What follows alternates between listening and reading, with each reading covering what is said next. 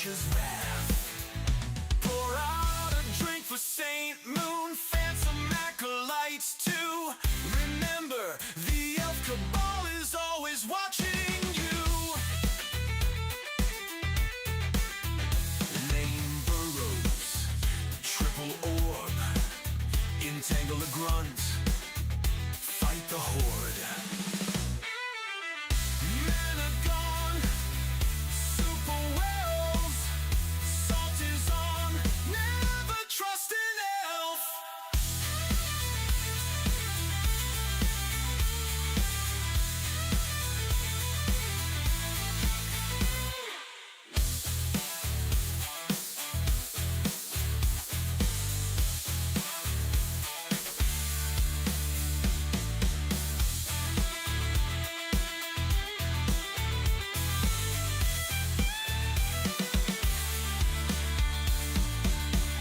Cold arrow, double staff, grab your bow, nature's wrath. Pour out a drink for Saint Moon, phantom acolytes too. Remember, the elf cabal is always watching you. Lame burrows, triple orb, entangle a grunt, fight the horde. Mana gone, super wells, salt is on, never trust an elf.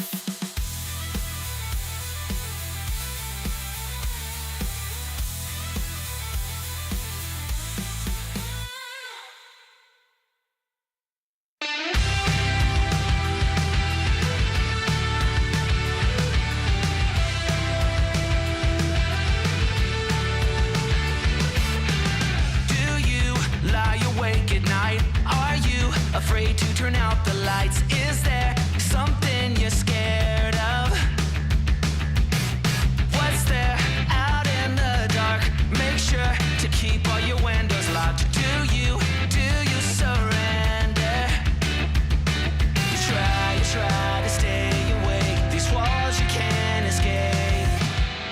Here's one for the lonely hearts, for the ones that fear the dark. You better run out of here. Bet you can't look the other way. Here's one for the broken road. That's the only one you know. You better run out, truth or dare. Get me out, take me anywhere but here. Oh, anywhere but here. Wanting something good to come, waiting for things to run away from. Are you just hiding? Yeah, walking into the fire, talking like you never die, like you're immortal. You try to stay awake. These walls you can't escape. Here's one for the lonely hearts, for the ones that fear the dark. You better run out of here. Bet you can't look the other way. Here's one for the broken road. That's the only one you know. You better run out, truth or dare. Get me out, take me anywhere but here.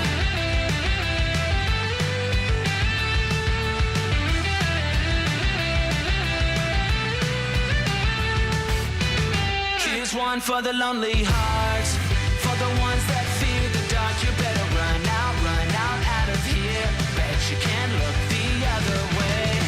Here's one for the broken road.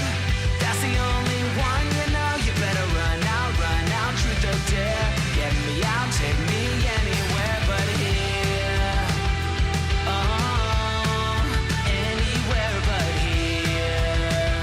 Oh, anywhere but here. Oh, anywhere but here.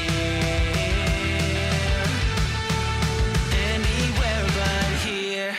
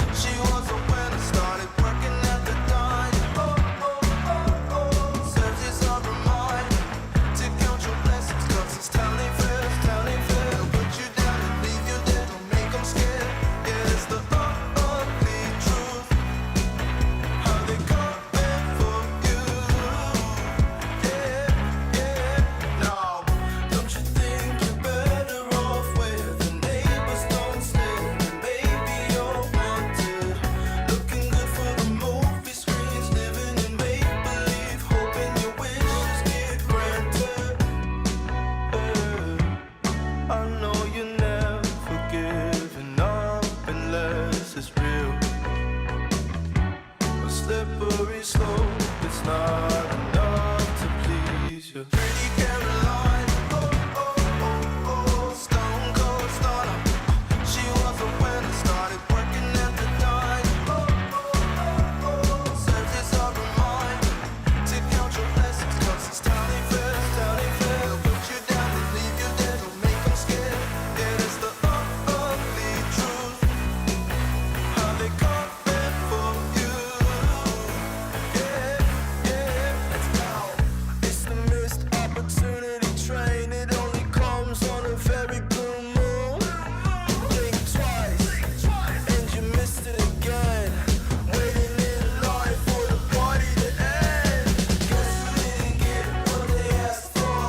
Not a genie in sight, that reality castle. There's no point to being careful.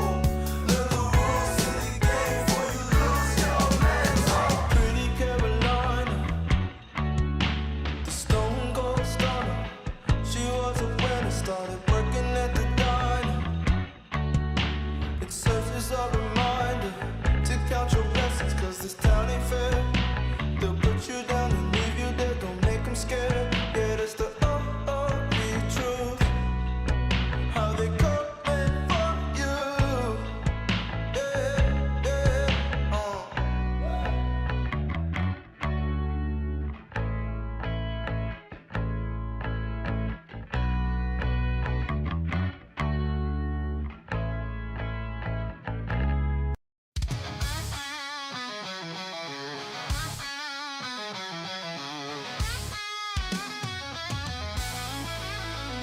Queue up!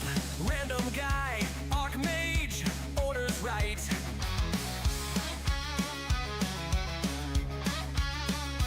Game drops, macro tight, shit no claws, early fight.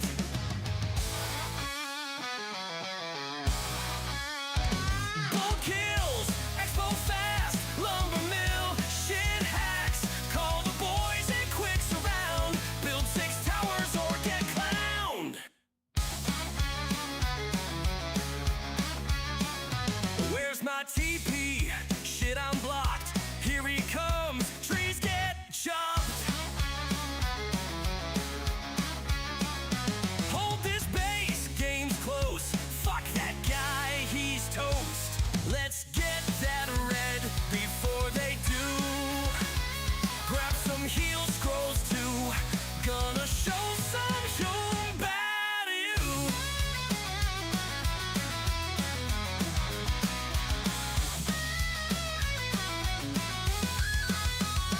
Bolt kills, expo fast, lumber mill, shit hacks. Call the boys and quicks around. Build 6 towers or get clowned.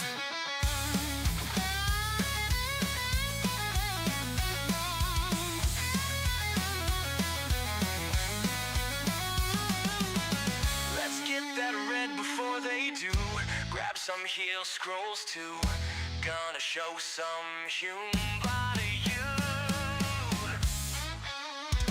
Bolt kills, expo fast, lumber mill, shit hacks. Call the boys and quicks around. Build 6 towers or get clowned.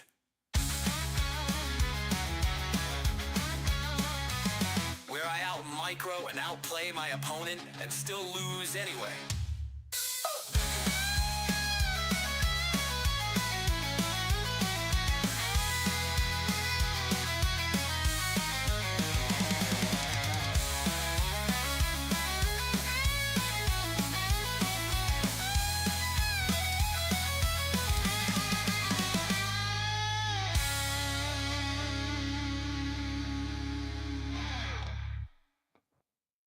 Where's my TP?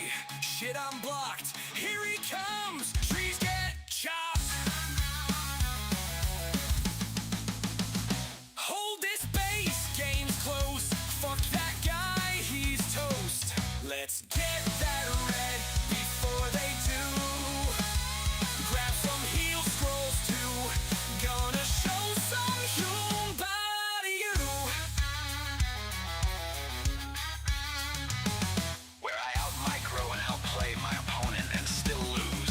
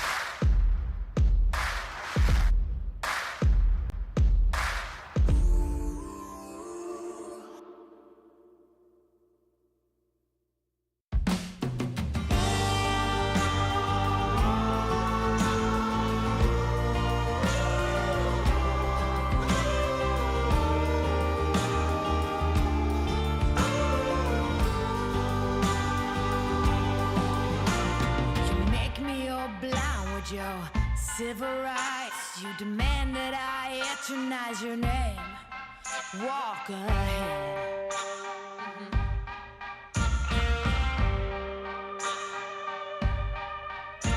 You cover us in shame, and I take the blame. Living by the rules to which high school blues. Walk ahead. Level 6! And we have it! Big orange bird! Who is going to win? Well, the Shadow Hunter is not the portal too quickly, maybe! 别催我， Zero's 如 tournament 你 right. 所愿。 Are we going? Silence on the 尝尝这个。 That was used, so you can use the shackles now! But is there silence on the paladin as well? Maybe the supply? 别挡道。 Archmage? Demon Hunter is dead now though, isn't he? Potion! 尝尝这个。 No way! The knight killed the one! No way! This was never meant to happen.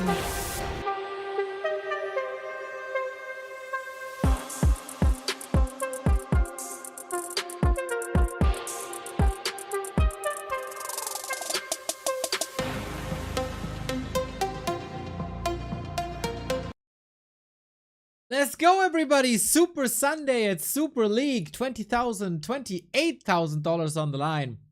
And this is the best day ever thus far in our round robin group stage. We got an amazing day, especially for the Undead fans out there. The high performers are stepping into the ring, and we got 3 matches again. Best of 5. Let's go! 1-0 versus Starbuck, Western representative Starbuck going up against 1-0, the weakest of the Undays thus far. Isn't that crazy? Starbuck yesterday with a win over Fly, losing a map though. He has to step it up massively, but 1-0 has shown versus Infi just a day ago that he might not be the best Undead versus human player out there.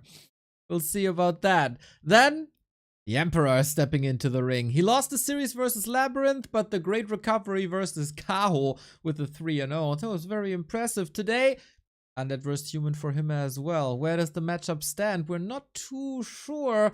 We know that Sok is incredibly active, but his focus was on the Night Elf matchup and a little bit on the Orc matchup. How good is he in human versus Undead? It's really, really hard to say. And then, do you need any more reason to spend your entire day watching Warcraft than seeing Lyn versus LabyRinth? Best orc in the world by far.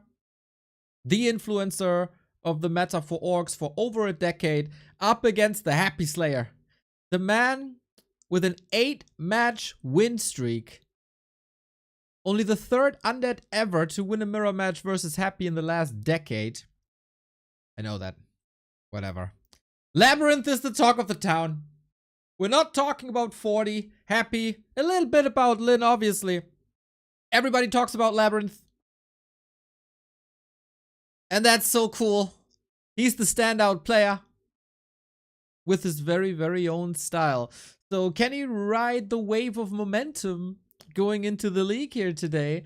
Or is it a bit of Icarus here today? I'm seeing a lot of lovely people. Hello, Pharaoh. Hello, Soul Glider. And, you know, the peasants next to you.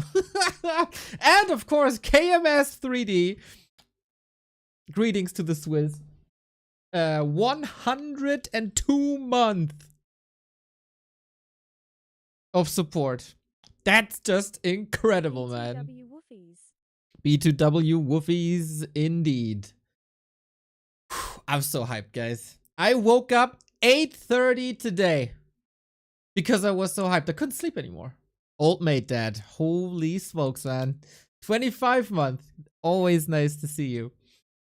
And you know, these matches are really cool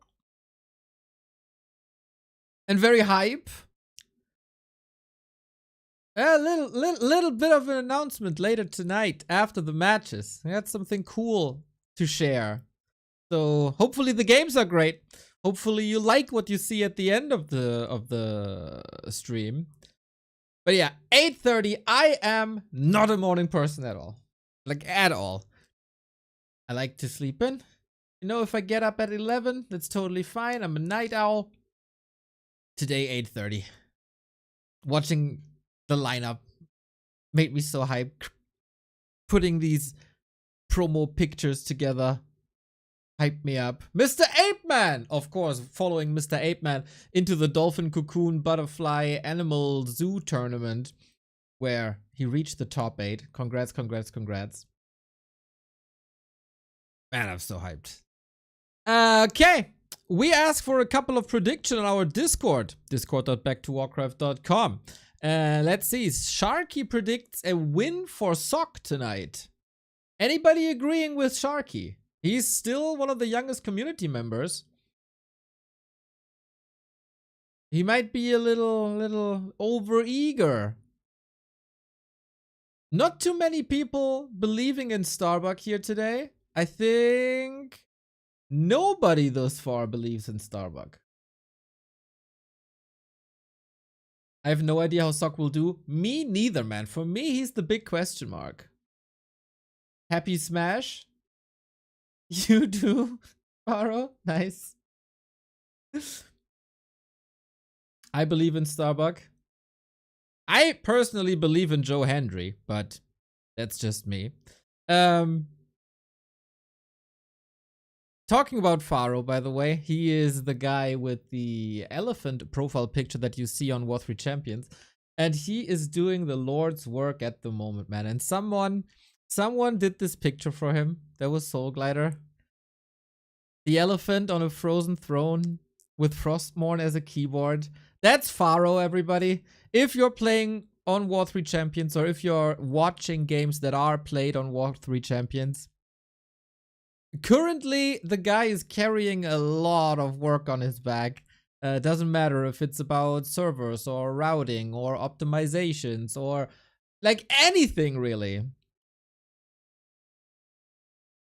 Faro MVP at the moment. Of course, there's a lot of people in the project who help out. But once again, we have to remind ourselves, even after 5 to 6 years, without War 3 Champions, we couldn't have a Super League. Where would you play the game of 1-0 versus Starbuck? On KK? They didn't patch yet. On Battle.net? On what server? The Asian one? Where Starbuck has 300 MS? US West? Where both have 280 MS?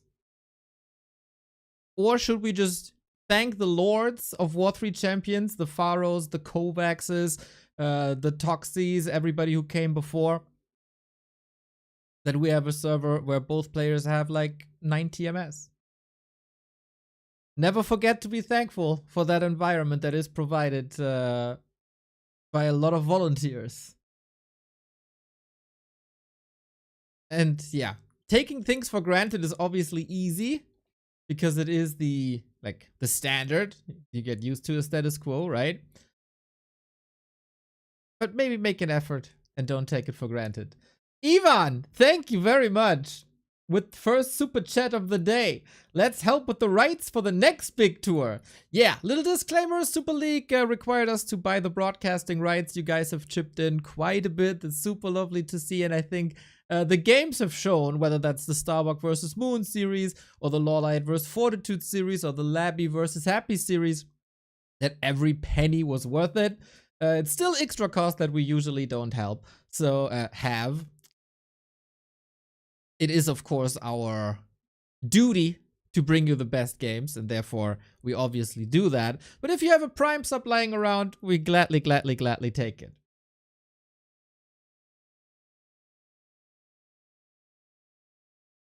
The goat, I mean the elephant. It is the elephant in the room, mate. It is the elephant in the room. So, how much time we got? Not much time. Let's go into the ranking real quick. Once again, provided to us by Result. Why are we using an Excel sheet and not the Liquipedia page? Well, there's a lot of players in this league, and players have a different amount of games just yet. So going straight by points, as Liquipedia sorts it, is a little bit misleading, right? So we made an effort with a very basic Excel sheet to sort by points per game. Result said, I can do that 1,000,000 times better. The best Excel technology that you can find on the planet right there, provided by the community. And this is the real ranking. Happy so far the best performing player. Let's see if he stumbles today versus Saw. Currently he stands at an incredible 5 points per match. And reminder, if you win the group stage, you end up straight in the grand final for the Ascension Phase playoffs. Labby could make a big jump here today. If Happy loses maps and Labby owns, as he did in his last game, he extends his win streak to 10 games in a row. Nobody can touch this guy right now. 40, only 5 games, still very efficient. Kaho bouncing back after the loss to Happy 2 days ago. 1-0, can catch up to Kaho here today. He still has 2 games less. And Starbuck is a player that 1-0 should beat if he wants to stay in the top 5. Lin is a big question mark. A very big question mark. 4 games only, 50% win rate. That is nothing. So he has to score today against... PLS don't hate me less than 3. Knopf! I would rather get extremely uncomfortably close to your wonderful bald head than start to hate you. I was just poking fun. Knopf was a little bit balance winding yesterday. Gotta slap him a little bit on the wrist.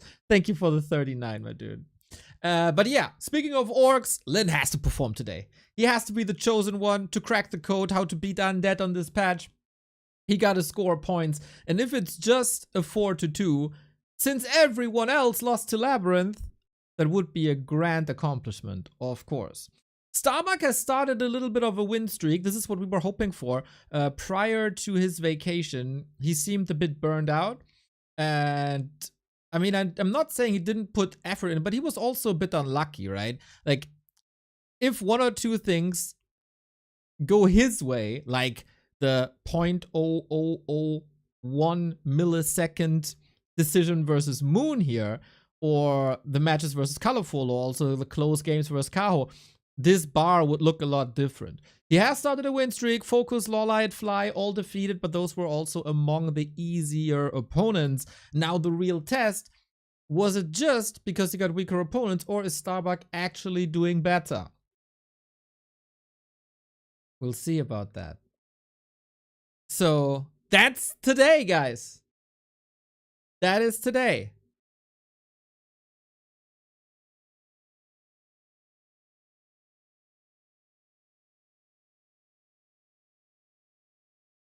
Can Starbucks still qualify? Everybody goes into the Ascension phase.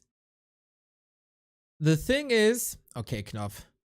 Knopf couldn't get the tournament format in 23 days. God damn it. These meathead bodybuilders, man. All in the arms, nothing in the head.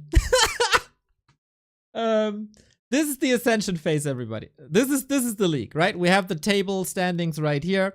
So all of these players are fighting for standings, and according to these standings, they will be seeded into the Ascension phase. Round 1 of the Ascension phase is rank 14 versus rank 15.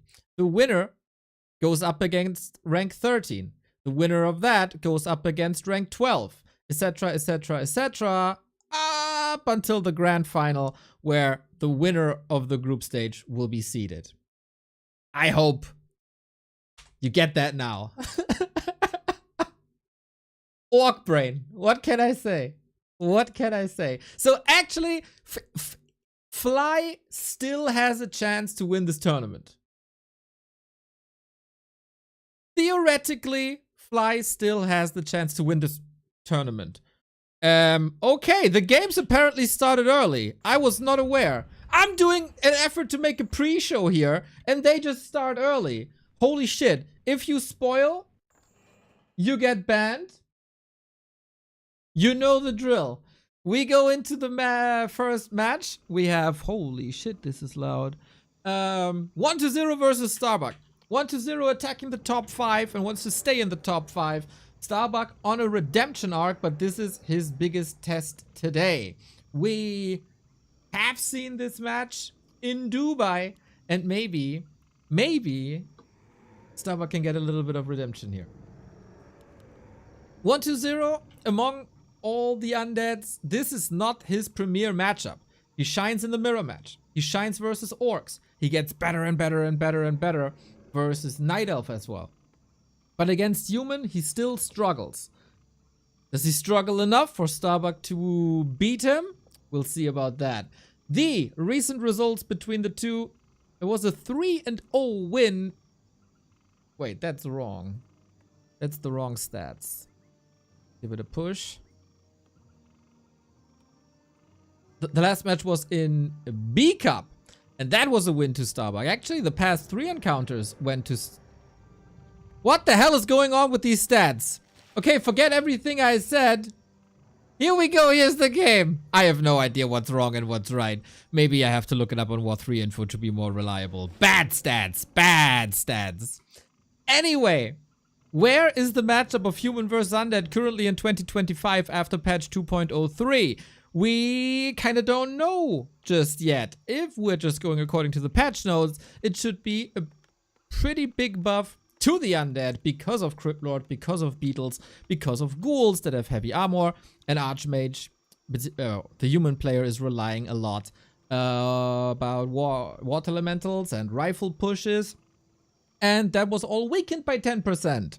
So what's in the cards? Starbuck might need a little bit of momentum here, some nice items and good expansions. He has played a very, very, very aggressive style. Not sure if that is the way forward, but he hopefully did his homework. Undeads are the ones to beat if you want to upset a little bit. We start things on Tide Hunters. Guys, let me know if the sound is wrong, because for me it's very, very loud. For you it's probably a bit quiet. So let me boost that up a little bit. Very low? Yeah, I thought so. Should be better now. Thumbs up for sound.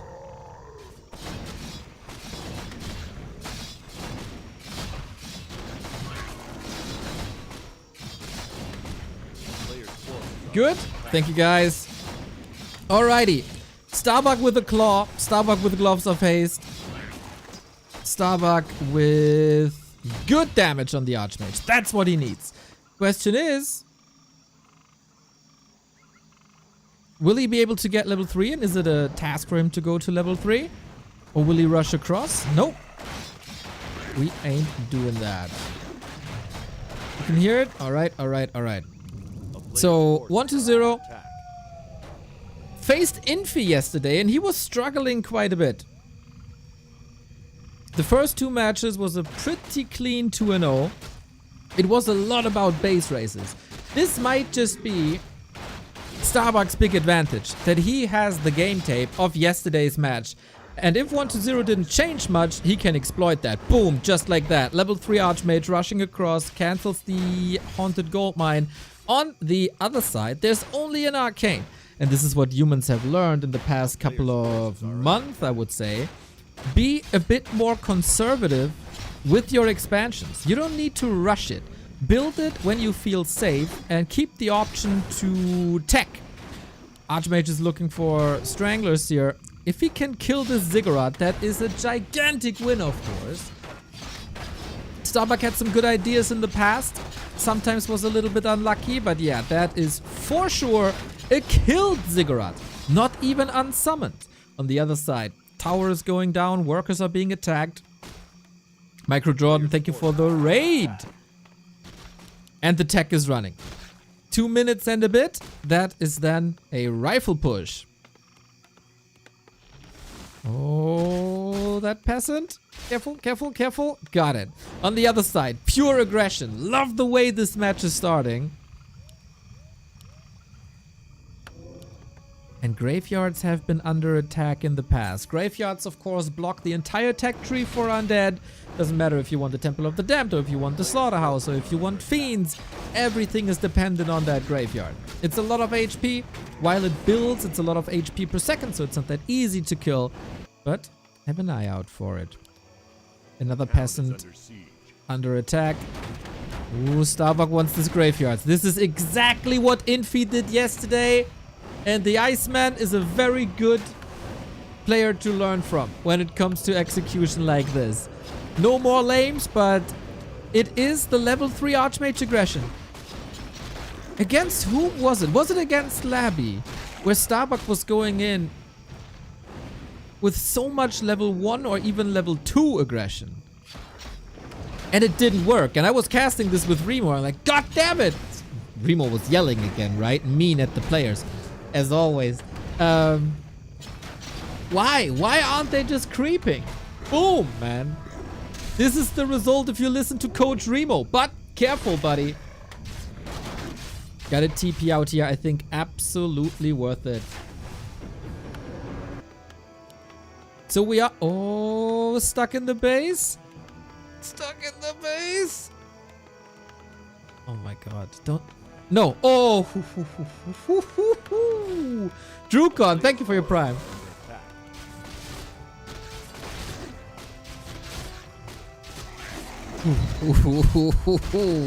Okay. Now we can go out on the map. Creep a little bit, maybe even to level 4. We still need some time for the tier 2 to finish. Shout out to Blizzard for the wonderful countdown here. 5 seconds. Is Starbuck flirting with the tavern hero? Not really, right? Mountain King should be too good. I'd be very surprised. But showing map control, don't let the Crypt Lord unfold itself. 1-0, of course, teching as well. So one base it is. Sweet impales. But you want to rotate out of footmen anyway. Ghouls, always useful. Worst player EU. Thank you for the raid. I'm sure we can find a worse one. But if that's your branding, there we go. Shout out to you guys. Mountain King it is. Rifle caster it is. And with that, Starbuck is on a timer. No one base airplay. No tier 2 expansion. Classic rifle push that Starbuck has performed many times since last August when his rise to fame started at the Dubai tournament. But I really like the timings. First, delaying the graveyard. Now trying to go for the slaughterhouse. Unfortunately, 1-0 is ready. Unfortunately for the Starbuck fans out there. And you gotta be careful to fight against Impale, because one more surround and you're dead. Ooh, is it a tier 2 expansion? A player's forces are under attack. Infi did this yesterday on Northern Isles. Sock has done it before on Springtime. I feel like the one base rifle pushes are more or less dead. I love to see humans experimenting a bit with it. Branching out to different expansion timings. Because rifles, up until tier 3 for the Undead, should be able to provide stability. You need a couple of seconds more. And then maybe a few towers. And then maybe a lot of units. Would almost love to see a double Rax. But at the moment, due to power build, resources are low and you can't afford this. Very timing based now between the two here. This map, of course, sets the pace. This is the neutral playground. From here on out, it will be loser's choice all the time. A couple of pickups would be nice. A bit of mana drain would be nice when the Undead fields. He has to go for spells. Sweet surround on the rifle. Damage mitigated. Aiming for a surround didn't necessarily work. Stormbolt. There's no TP. The footman gets in front, but there's another way out on the left-hand side. We have more Stormbolt. Nice defensive impale to buy some time. On the other side, Archmage surround. Let me show you how it's done. 1-0. Gigantic win in the mid-game. Just when Starbuck's expansion was up. Coil available. Crypt Lord is... Oh no. Getting his surround open up again. The ghouls, the Crypt Lord. Nice counter block with the last remaining water elemental. 20 euros für ein Cocktail Zalen Khan. Khan ich euch untersetzen. Kazol, thank you for the 10 euros, mate. Archmage back from the tavern. Long range impale. He's going for the MK. It's a massacre in the middle of Tidehunter's. Crypt Lord still surrounded. We do have a coil ready. We have a coil ready. Crypt Lord is so eager to fight out of this. Close. No cigar! Oh my god! 3 hero kills in the middle. Footmen will be falling. Sorcerers are coming in. And Archmage got to retreat. But what's this army? 1-0 has the resources for a tavern revive. Supply still even. Starbuck can of course afford these. For now. Because there is an expansion.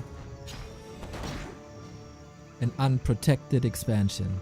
No mana on the Archmage really. 1 Water Elemental maybe. We need rifles ASAP.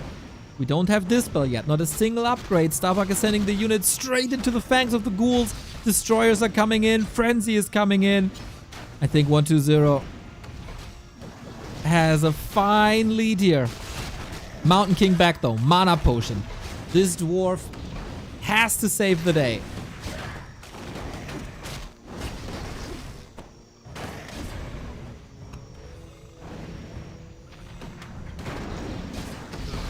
We have more Stone Bolts. No more coil after this next one. Ghouls have been stopped by Water Elementals. Starbuck is alive and is on 2 bases now. Of course, only at tier 2. 1-0 made an effort to go to tier 3. Man, what a wild brawl. Amazing sequence. And amazing support by 7G. Buying a shirt and something else that I can't see. Thank you, thank you, thank you. What do you do now? I feel Starbuck needs more production. Workshop or barracks must be necessary, but he's so short on resources. Due to upgrades. Long rifles coming in. 1-0 upgrades coming in. Those are rather cheap.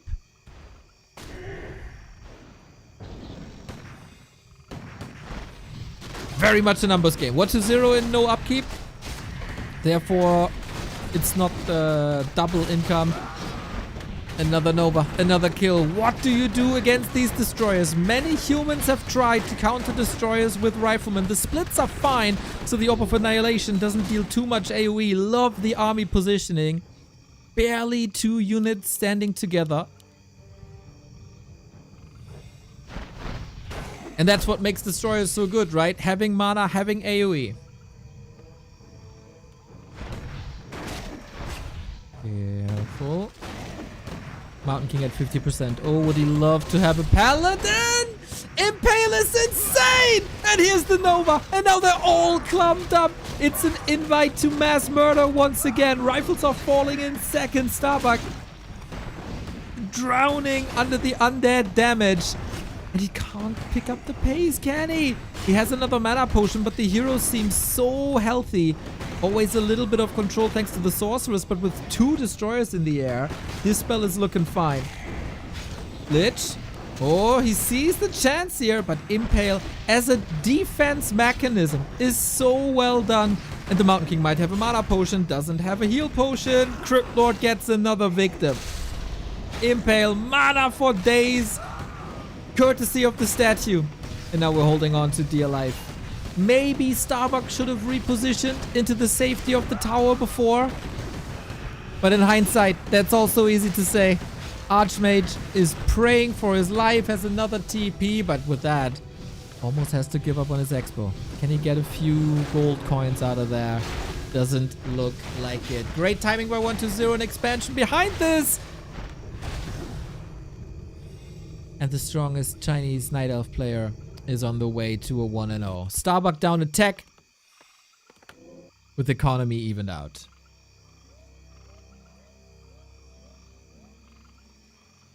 One 2-0 gave him no time. This brawl in the middle. If there is a town portal, I'm pretty sure Starbuck is not going for it. This was a fight, by the way, without Orb of Corruption. So this is not gonna be better from here on out. Starbuck in the ropes. 1-0 is charging up a little bit, allowing Starbuck to creep. But what's the X factor?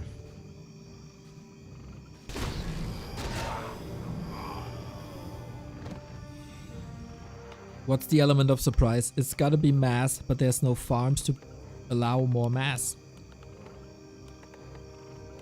There's no fiends. There's no web. Would workshops have worked?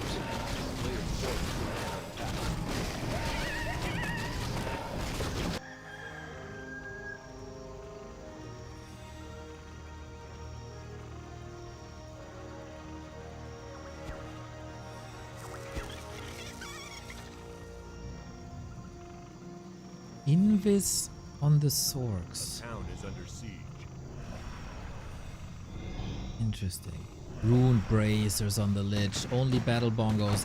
But level 3 for the Mountain King. Stormbolt hits a lot harder now. I don't think Starbuck can fight this though. 3 destroyers. 1 with mana.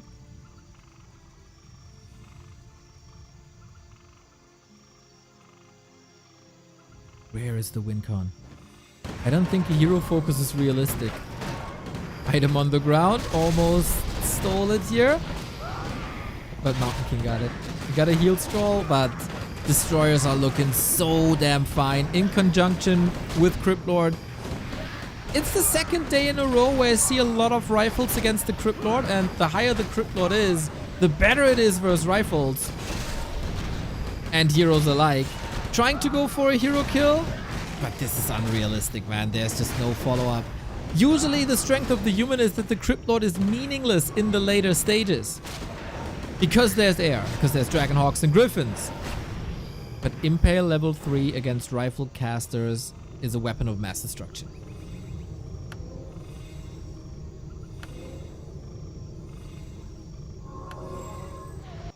Still 2. Now there's a workshop. A player's force And you know what? attack. If Starbuck gets rid of the destroyers, there might be a chance.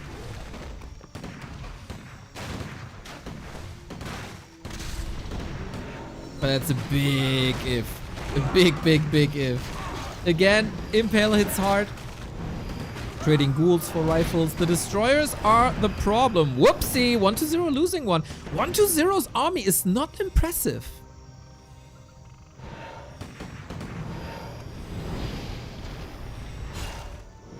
But the spells are. The heroes are.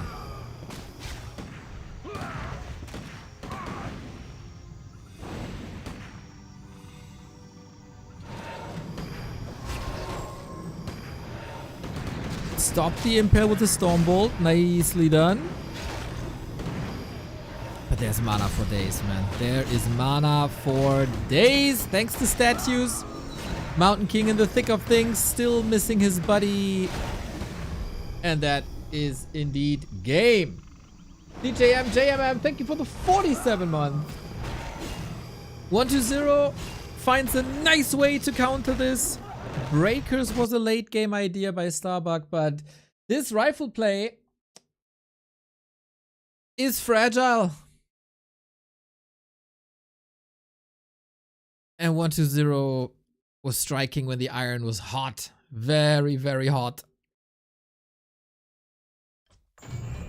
That is a little bit of an issue for Starbuck, let's be honest.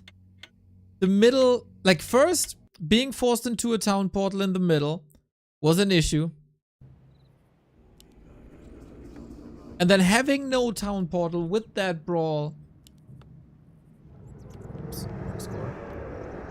was another issue.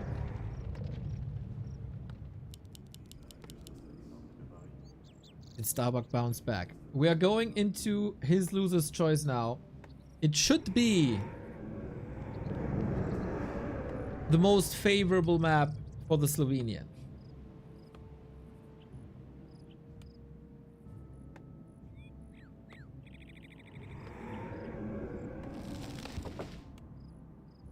Of course, Starbuck here is not the same as half a year ago when he was able to go into grand finals in B Cup. Competition has risen a little bit. The 1-2-0s, the Cajos, the Lives, the LabyRinth, they all got better. Starbuck couldn't really follow that up. The socks.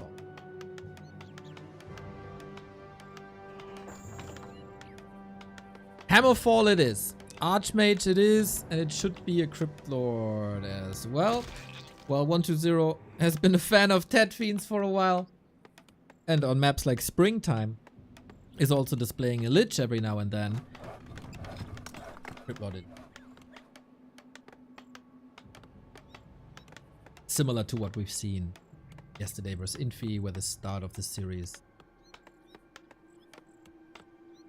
was very Crypt Lord heavy.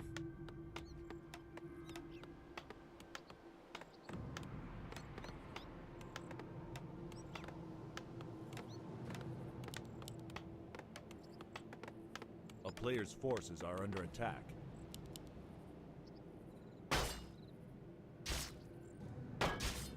Okay, any adjustments? You gotta respect 120's acolytes. Similar to a Happy, he has these moments where he can steal your rock golem, as we've seen yesterday versus Infi. So this acolyte is annoying already.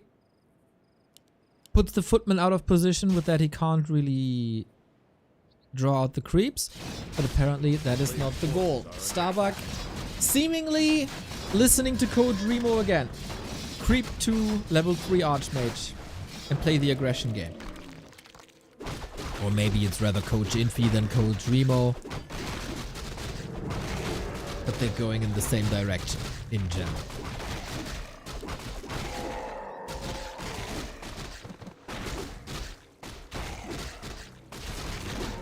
Expo once again. We go to the 6 o'clock, 12 o'clock position. Of course, very few races creep faster than the humans are with the investment of militia. Ring, solid-ish, but not what you want in these early stages. Illusions might be really nice. Same for 120, who has vision on the map with the Watcher wards if he wants to. Tide Hunter started nice. Instant cancel. Ziggurat kill. But then almost unlimited mana for the Undead heroes. And it feels like either Starbuck has a wrong read of where the expo is, or... Okay, he's not looking. Or he's not interested. Or he wants to go straight for the base.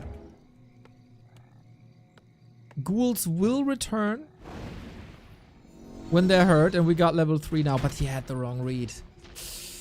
Ooh, he's late to the party here in the north. Scouted the 9 o'clock first, then saw, like, are there any opportunities in the main base? Nothing here. That's a lot of wasted time while 4 ghouls say hello to the militia. A town is under siege. Oh, that's rough. 120 is in a crazy good defensive position. Player's forces are under attack. Still storming towards the Haunted. This has to be a cancel, and it is a cancel. At what cost?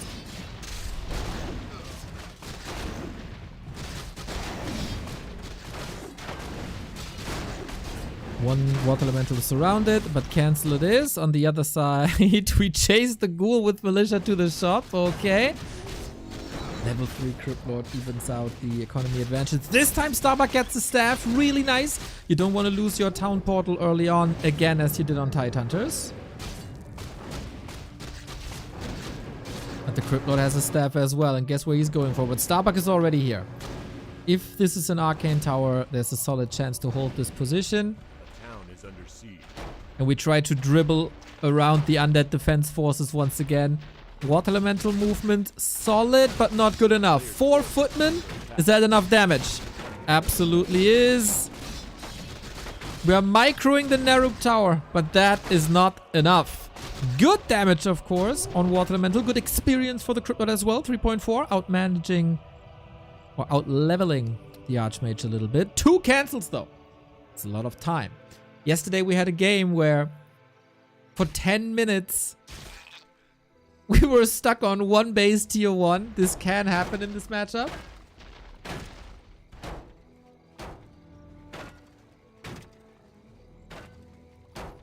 A player's forces are under attack. And now we try again with mana. Mana management by Starbuck. Superb.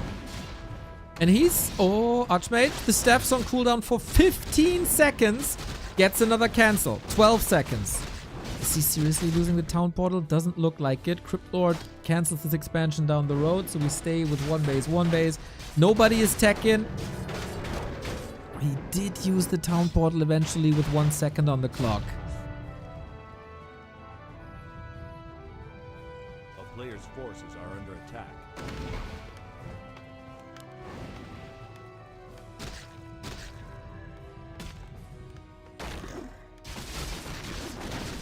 And it feels like Starbuck has to defend now. There's no offense anymore. We have a staff though. But also no shop by Starbuck. Can't heal, can't replenish. And a lot of militia have been called as well. Oh, I gotta say, things are not looking great. A player's forces are under attack. Any chance for a cancel? Not with this water elemental position. 1-2-0 at the ready with a beautiful surround far, far, far away from the haunted gold mine. And it's game! On tier 1! On tier 1, 1-0 with the 2-0. Quick with great defenses. Always defend one more time than your opponent. That's the key to victory in this matchup. And 1-0 does it really well. He did it really well versus Infi yesterday, who was then finding some elements of surprises, some surprise elements. But Starbuck, not really ready for that. And I feel like a lot of that is coming down to footman usage. I don't see the same threat by footman that I've seen yesterday. And this early game was a disaster. Like, Starbuck going to the left, going to the base when the real threat was in the north. That was just missing information. And a lot of wasted time.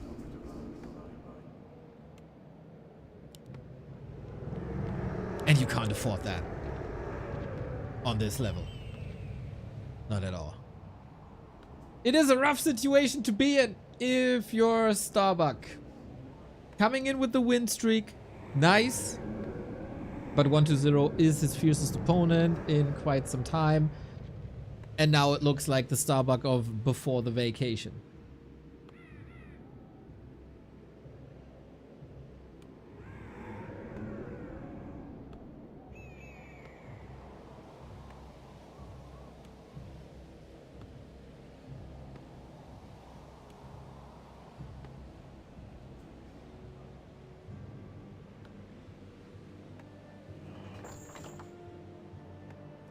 Well, well, well.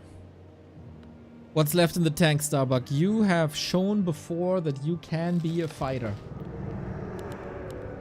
In Dubai, reverse sweep against Happy. The match that made you one of the top players.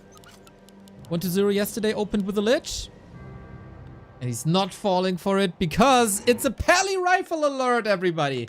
Inhuman versus Undead. Can you still play that? Is that still a viable strategy?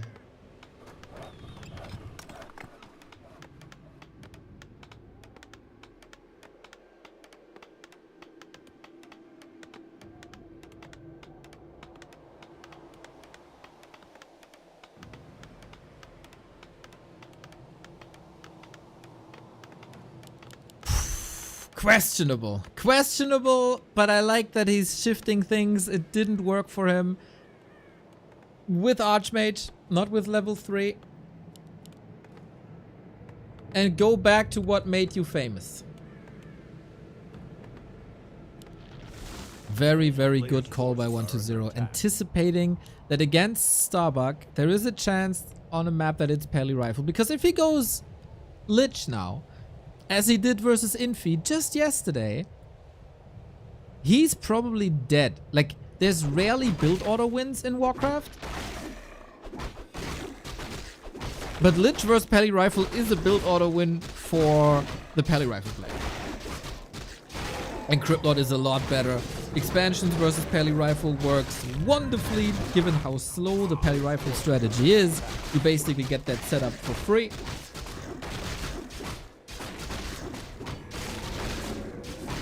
And Chad is right. 1-0 has struggled against Pally Rifle a lot. He was probably the weakest versus Pally Rifle player during the heyday. And maybe that is the chance now. Springtime is of course also the Pally Rifle map, and it has been scouted now for a while.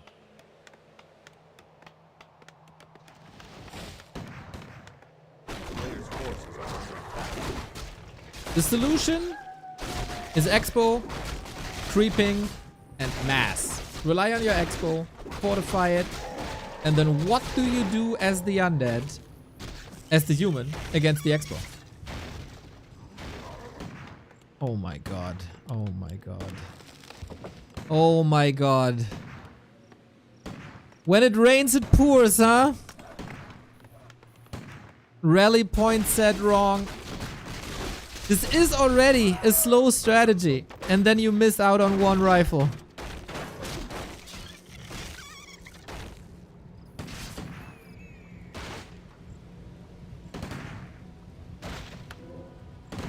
It's not a good sign. It's not like an automatic GG. But it's not a good sign. And there's an impale and there's a surround. By the way, 120 surrounds freaking clean.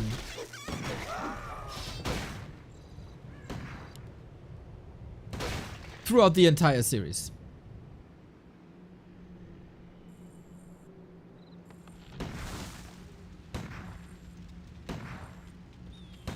A player's forces are under And attack. 120 is mining soon. Thank you, Death Note, for telling us. I wouldn't have noticed.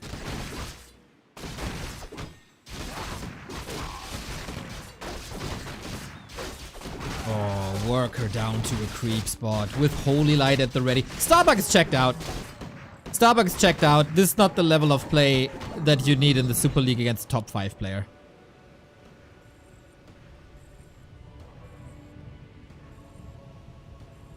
Criplord has a big mana potion. Yeah, this will be, I don't know, a slow and steady demise or a fast and steady demise. No tech, tier 1. This is unwinnable. Expo up. Tech. He gets a ghoul kill. Okay, damage is looking fine-ish. But another rifle, more or less surrounded. Lots of units out of the fight. Damage just isn't there. Yeah, we don't have to pretend that this is mega exciting and mega close.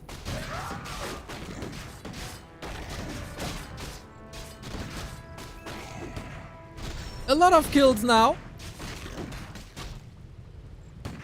But it's tier 1 Pally rifle. Tier 1 tower push with the Pally rifle. How fortified is this? Only 1 Narup.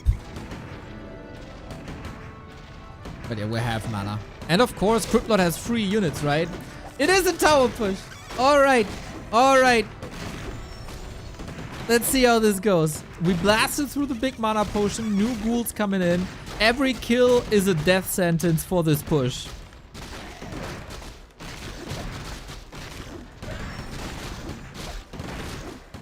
And there's no damage on the base. No damage on the economy. 3 rifles about to fall here. Beetles reign supreme. Impale for almost a triple kill. Grande disaster. And now we're on even food. Ghouls chasing the workers. Can we get 1 tower up? It's 30 seconds. The longest 30 seconds. A player's forces are under attack. Chasing the ghouls away though. How fast are the reinforcements? Are we on 2 crypts yet? Yes, we are. Of course, losing a rifle hurts more than losing a ghoul. Yeah, that was a speed run. That was a speed run. Starbuck gets absolutely stomped on all 3 maps. 0 chance.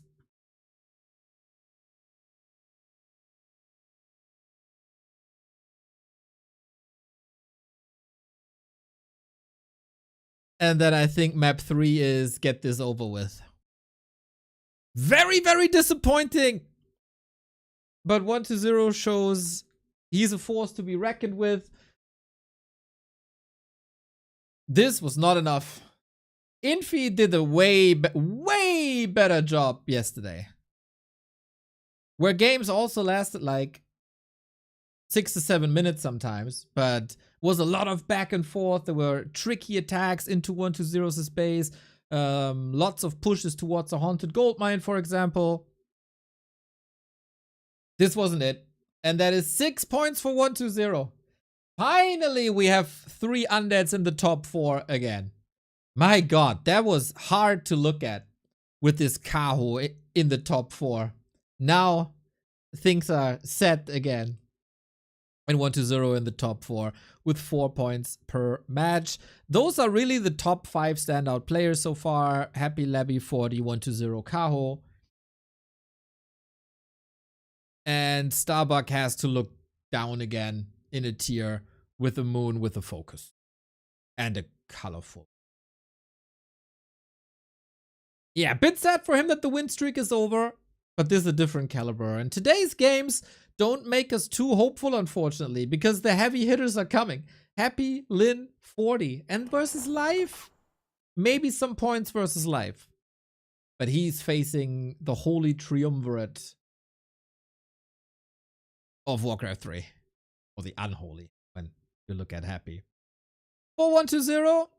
4 wins in a row now. Versus Lin, versus Fly, versus Infi, versus Starbuck. There was potential to struggle here a little bit. Versus Infi yesterday and also versus an in-shape Starbuck. This wasn't an in-shape Starbuck, obviously. And for him, Happy 40 Kaho Sock. Also a tough program. Kind of doable on a good day. Kind of doable on a good day.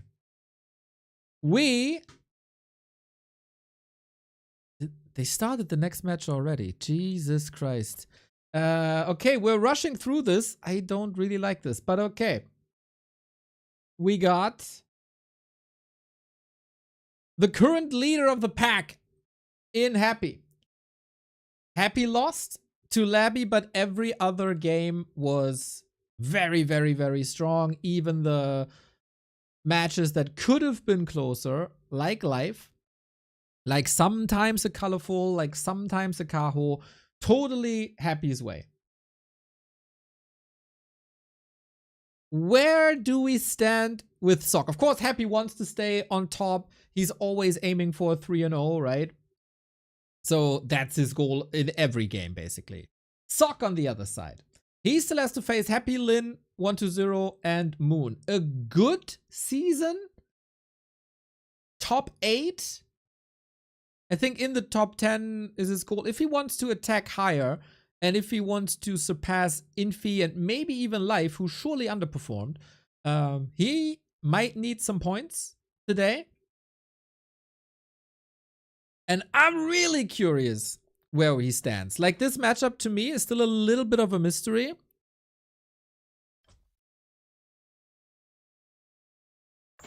We haven't seen too much 40. Now, we've seen Infi in this matchup. We've seen Starbuck in this matchup. And now we see Sock in this matchup. Really, really, really curious. The second best human on the planet stepping into the ring with the Emperor, who's been an absolute beast, especially with the Crypt Lord. What are Sock's ideas? Any lessons from the Infi games yesterday? Any lessons from the Starbuck games today? And maybe he exchanged some thoughts with Fortitude as well. First match on the patch, of course. Happy is the favorite. But how much damage can Sock do? He is oftentimes able to steal some maps. Most noticeable IMO. The B Cup series in the upper bracket where it was really, really, really close and Sock almost kicked Happy out of the winner bracket. Where he was the first player in a long time to go for one of those tier 2 expansions that is now slowly coming back. After, I don't know, 3 months later. But Sock already had the right idea.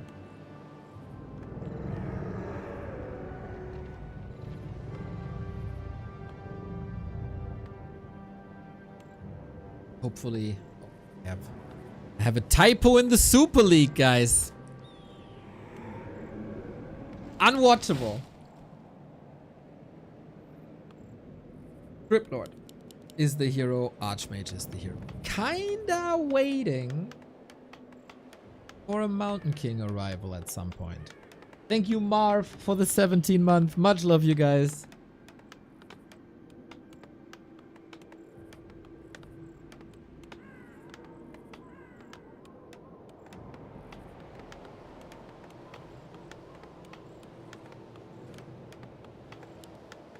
player's How forces much are better under is attack. Sock in comparison to Starbuck and Infi? We don't have to like look at the ranks. I don't. Is Labby better versus human than Happy? Is the only discussion that is allowed. Maybe if Labby has a super good day and Happy has a below average day, you can argue that. Otherwise, Happy is incredible here. In the prediction, nobody believed in Starbuck and the community was right. Now, let's take a look at the predictions here on our Discord. Discord.backtowarcraft.com. Did people believe in Sock? Sharky did. Sharky said Sock is winning this. But everyone else had his money on Happy, of course. No, we don't gamble real money. Sock with the backpack. No steal possible just yet. Is this working? I don't think so, man. Happy saw this play on Soul Apeman's TikTok and he knows what to do. Oh, Sock didn't pick up the item. Hopefully he can bring it with backpack. Would love to have these stats available. Evasion for the Crypt Lord. Nice. And we have a level 2 Archmage Aggression. You can still creep the Expo. That is then level 3. A town is under siege. A player's And this is where you gotta hold. attack. Tough task for Happy here. He is not in position for a defense. Cancels immediately. And how fast is he teching then? Militia creep. Lovely. Picks up the item so the Crypt Lord can't do it. Scouts by Happy everywhere, but... No, no, no, no, no, no, no. That's a free peasant. Player's forces are under Oops. attack. Now Happy's at home. A little careless by Happy to let this Expo go down once. But Sock looks shaky. Forgetting items. Losing peasants. Now we got the cloak. Cloak can be really, really nice against these Impale Ghoul surrounds.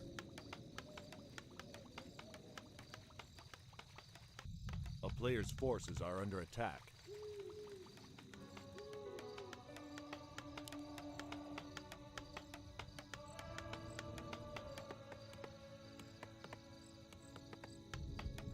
Happy's here. There are corpses. And there are beetles.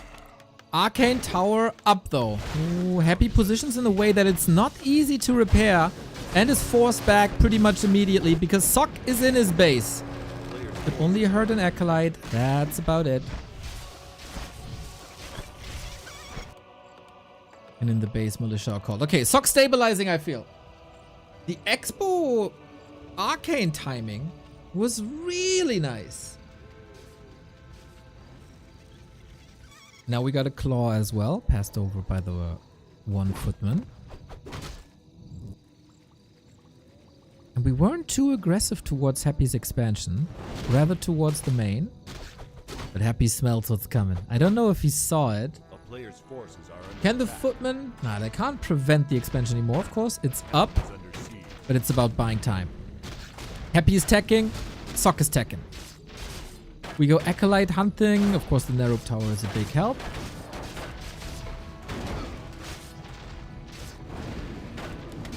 And we kill Acolytes. We are in tech, by the way. These Acolytes will not come back for 90 seconds.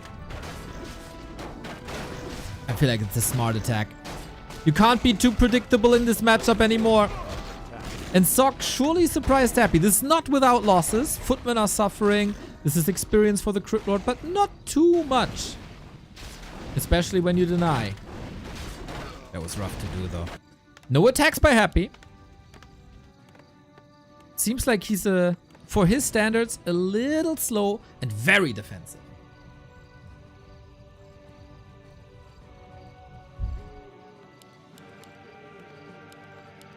Altar Crypt Graveyard, Double Claw, not bad. Sock is keeping Happy busy, and look at that timing. That is sick. With Water Elemental and Footman onto the production. If you can slow down the Fiend transition, that'd be wonderful. Oh, Happy thought it's a cancel. Already preparing for a third crypt. But has to respond as now Happy is going for the counterattack. And there was no guard tower up.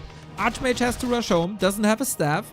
And this attack has been defended smoothly by Happy.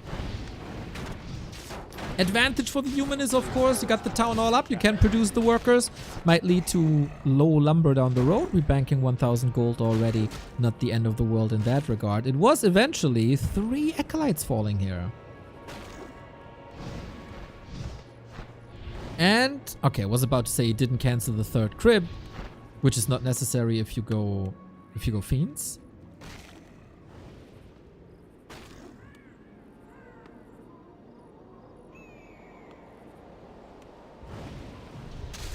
Another kill. Archmage surrounded. He has a claw. Oh, the reveal. So well prepared by Happy.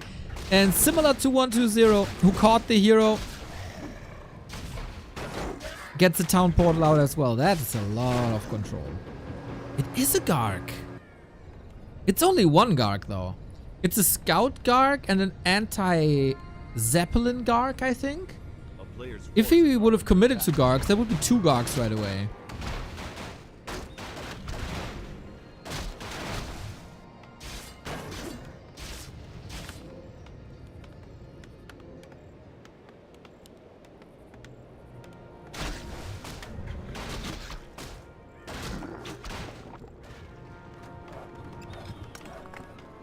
Very busy early game. Sock with tier 3 on the way. We haven't seen a single tier 3 tech by Starbuck, by the way, throughout the entire series. So this tells you that Sock is a lot more competitive than what we've seen before. Oh, the DK brings the double wand of negation. Holy smokes, that's a 400 gold investment. Oh, that's bad. That's real bad. Water elementals are the backbone now.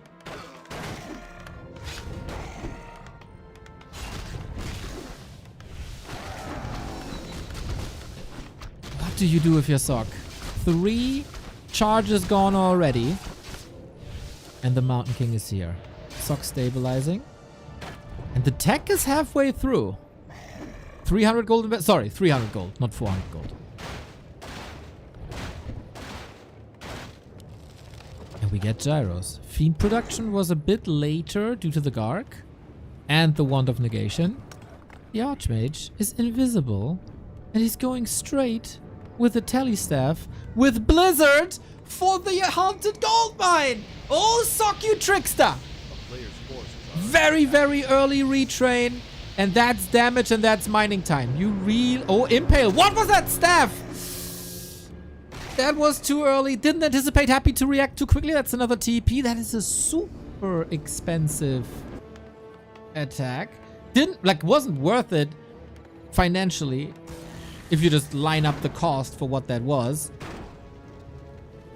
But Happy has to have this in the back of his head that it's a possibility throughout the entire game.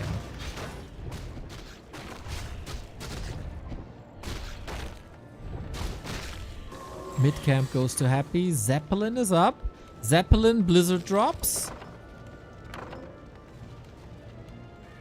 This is something that Reprisal loved to do against Lucifer in 2014, 2015. Maybe he called the previously third best human in the world. Hey mate, what can I do? We got an escort for the Zeppelin with the 3 gyrocopters. They are not doing too much damage here though. Buying some time. We have web up. Yay. And Happy takes control of the map. Of course. Sock seems like he's playing the lame games. What are the production buildings saying? Knights, gyros, griffins. Okay, not tanks or anything. Gets a gyro. Ho-ho! Careful, buddy. Impale once again. Needs the staff now. 3, 2, Got it.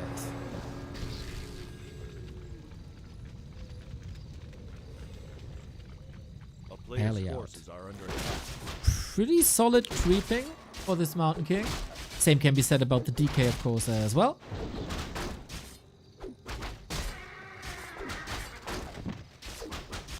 Archmage with an Invis potion again. Happy would do good to get a shade against these shenanigans. Happy has a TP. He sold the staff. That's a big attack. Oh, Sock, you're not ready for this attack, are you? A town is under siege. I don't think this will force Happy back. Are under attack. It takes a long time to set this up. Blizzard raining down, but same can be said about a Ghoul Flood at Sock's expansion. Is he willing to give this up? Massive impale, lots of kills. Sock seems a bit overwhelmed here. It's just not enough damage, is it? And in the meantime, this army is getting slaughtered. He needs to get the kill. He gets a lot of ghouls here. Level 4, actually. Happy mispositioning the ghouls. Maybe he's getting it. 300 gold still left. Sock is throwing everything into this defense. He doesn't have lumber for anything. He's got to get the kill on the Haunted. But Fiends are here. And the damage is here. And the Town Portal has to be used. I think Happy broke him. Tricky. Outside the norm. Surely a surprise. But not effective enough. Happy is not lactose intolerant. Cheese proof as ever. Whether that's that's Foggy 5 to 6 years ago trying to tower push him, or now you go in with invisible archmages. That ain't flying when you're up against Happy. Blizzard still great, of course. 10k damage. Archmage the first hero to reach that, but it's time to tap out for the 1-0. Happy stands the pressure, or withstands the pressure, stands the test of time, and takes it home 1-0.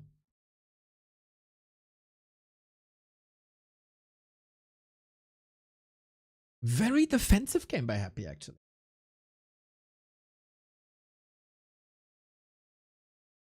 Surprisingly.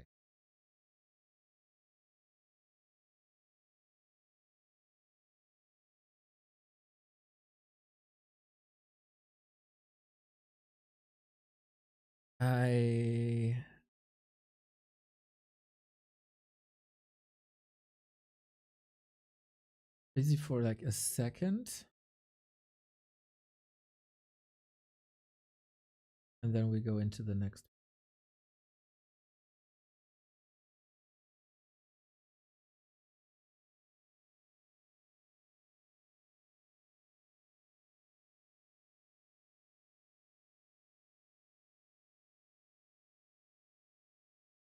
Okay, outside the box thinking. We like this. Unfortunately for Sock, not as efficient as you'd like it to be.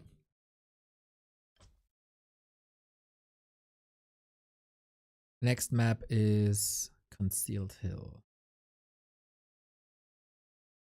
That is a very tough expansion, of course.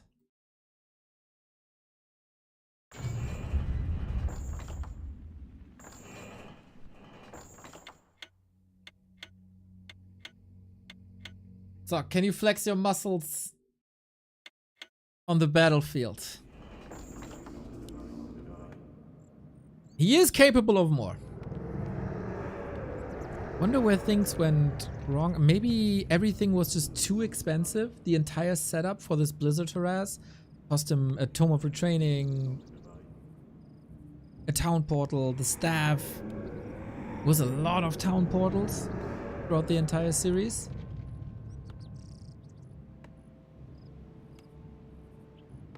Okay. That's out of the way.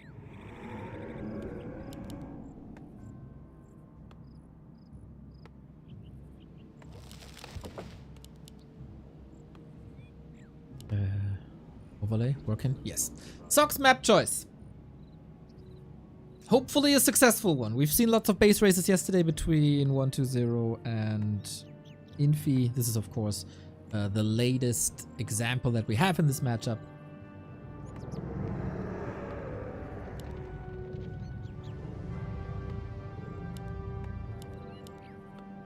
And I think Happy is no lab rat like 1-0 or LabyRinth is. He is going with the Crypt Lord until he gets hard punished. Sock, always few hopes for a Mountain King, but also not here. We're 1 hour in the broadcast. 5. This is map 5. So far, Undead's 4-0.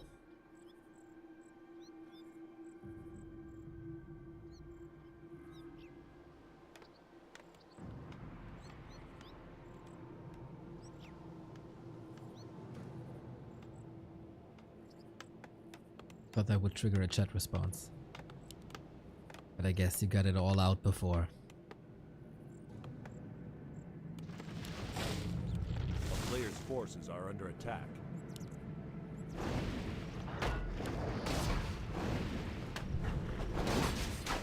Okay, we creep.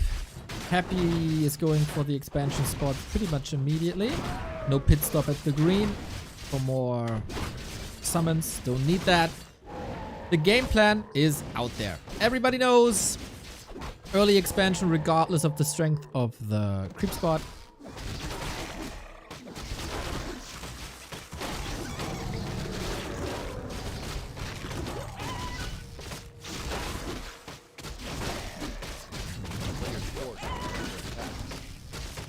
What can suck?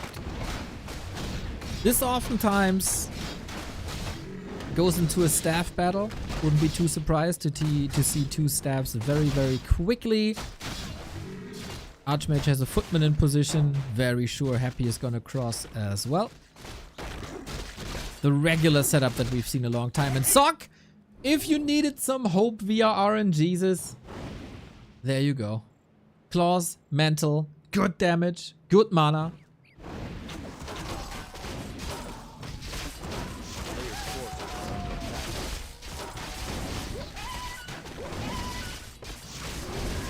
Water Elemental lost already. Happy is not here though, and he has nothing to staff onto. Nor does he have a staff. Claws plus 8 would be amazing. Later, it's very nice.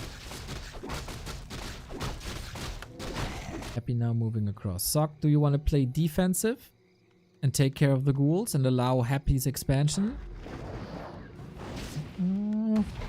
Looks like it. No staff worries me a little bit. And here's the staff by Happy. That was to be expected. Not sure why Happy wasn't in position.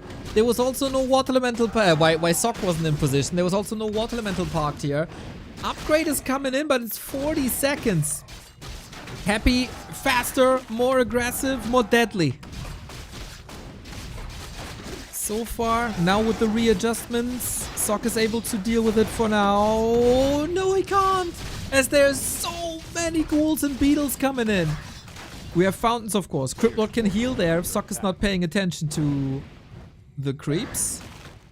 There's nothing parked here. That was not the greatest expo defense. But that's what happens in this matchup. You're out of position once, and Happy rips your head off.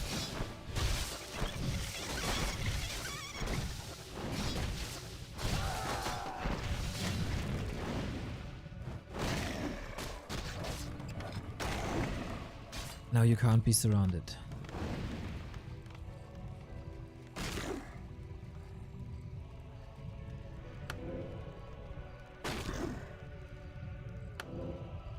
Very curious why we didn't see a staff on Sock's side. That's the usual play. Park a water elemental, park the footman, and attack with an archmage. Sock had different ideas that must have worked in practice, must have worked better in practice. But Happy is of course on 2 mines. He's looking for these hurt ghouls. No chance Happy allows that. But okay, Expo's still coming up. Archmage cannot get surrounded here. You need the presence, you need the damage. And there's no way to get out of surround if you don't have a staff. So water elemental it is. It's not the water elemental supremacy that we've seen previously.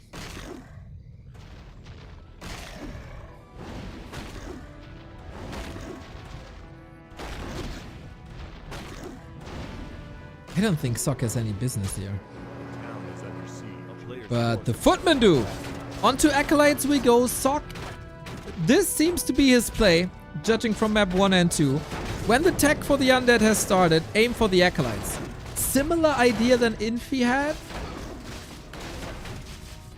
Definitely a variation, as it's more Acolyte harass heavy. And he's not shy of sacrificing footmen here. Gold shall not be a huge issue. At least he takes the Acolytes off the grip. There's only 7 remaining, and Happy has to cancel the tag.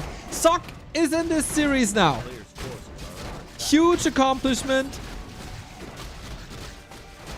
And ghoul kills as well. And another ghoul kill up there. Archmage racing towards level 4, where he has more mana regeneration, of course. More water elementals, more damage. Gets another one. All of a sudden, Happy is overwhelmed.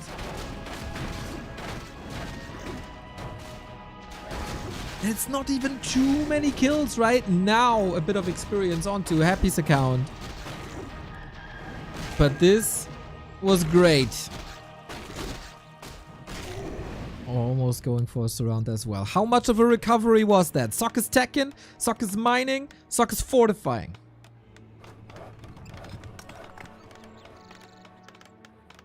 Really nice recovery by Sock.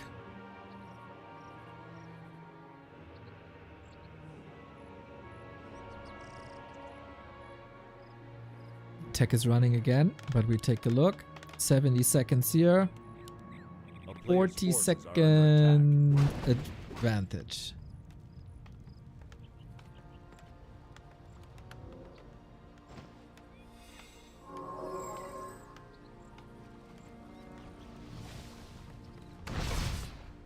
Happy is just bouncing back though. Beetles, beetles, beetles, beetles, beetles.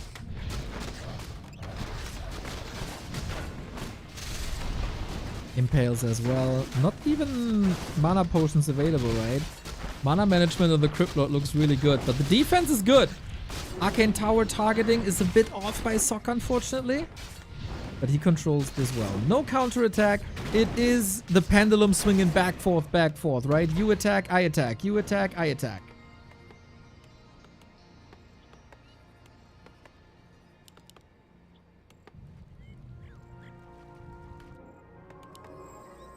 And then we get an earlier Mountain King. A player's forces are under attack. And then we can level a bit. And then we might establish a late game. Happy, still get the graveyard through. Still got the early double crit. And for Fiends, you don't need tier 2. Obviously. Just quote unquote for stat use. Shop gone is annoying. 130 gold. But yeah, you can't really afford to not be aggressive and to defend with everything at home. Both heroes poking here, both with summons, both have heal scrolls. Holla! One for the impale.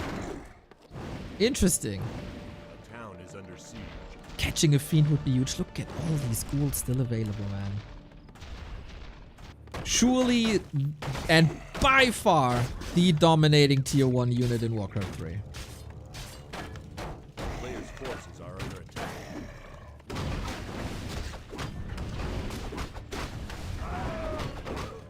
Happy coming back. Oh, item on the... He destroyed the item, right? Ah, he had no slot. Okay, okay, okay.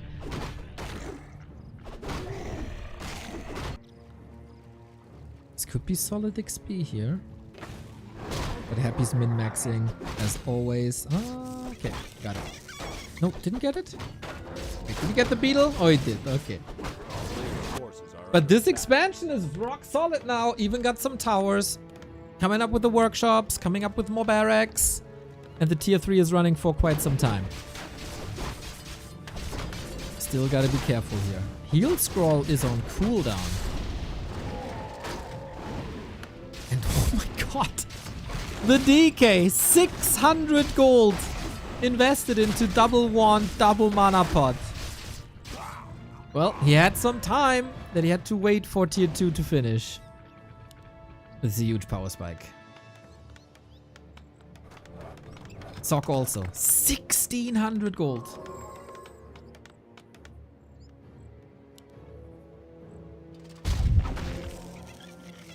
Happy's eyes are everywhere. Sock's army isn't too great.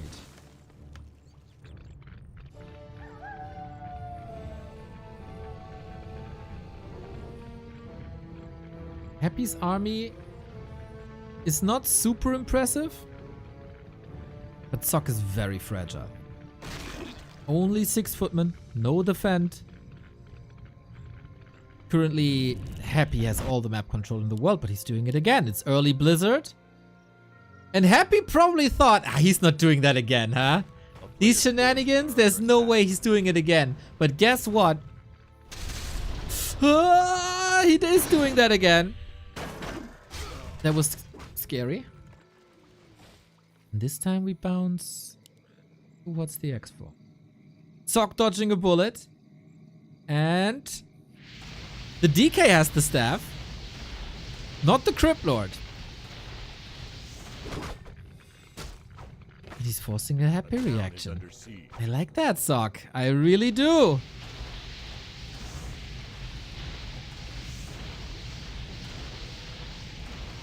It's all mining time. So hopefully he's not panicking. Gotta whoa, what a waste! Was it? Can he get a kill here? Wait, that's an impale. Sock again! I guess. Wait, it's not a waste, right? Happy is not impaling as long as it's a surround. And if you wait, you get stunned during the town portal. The invuln was a bit of a waste. But yeah, otherwise, if you don't staff, there's no impale. At least he forced the mana then. But now, Sock is fighting without his Archmage here. It's only knights. No flak cannons up just yet. Bunch of footmen. How do you get out? Archmage comes back in with the heal scroll, which he desperately needs alongside the damage. Mountain King Archmage. How do you salvage this situation? Knight surrounded, high value target, but gets the staff out. Sock needs time to spend his gold. Happy is far ahead in army.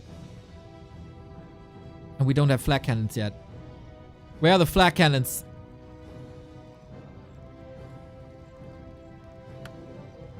Invuln again.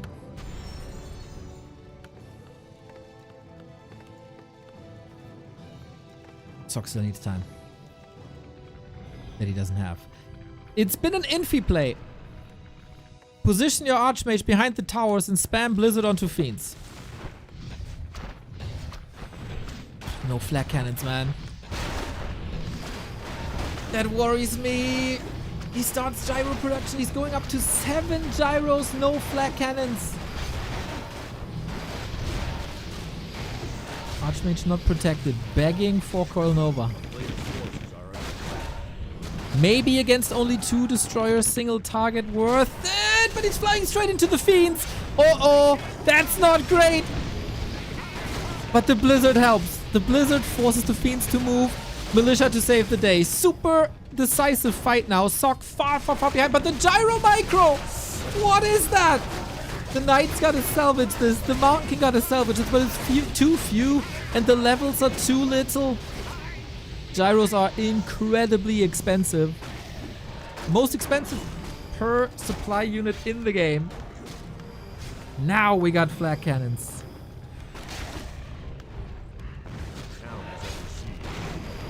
That's the Archmage position. That's a lot better. But is it too late? Flags finish.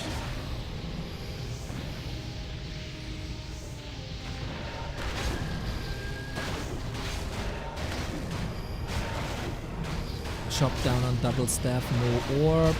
It's not something you necessarily need. Yeah, but it's a brutal position to push into.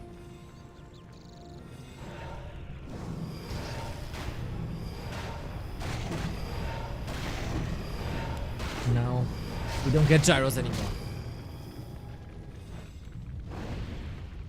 I don't think it's enough. It's only 6. He lost way too many gyros before. Happy no heal scroll anymore. Is the position better now? Definitely. Catches 1. That's almost, or 2. That's almost unpreventable. Happy's catches are so good.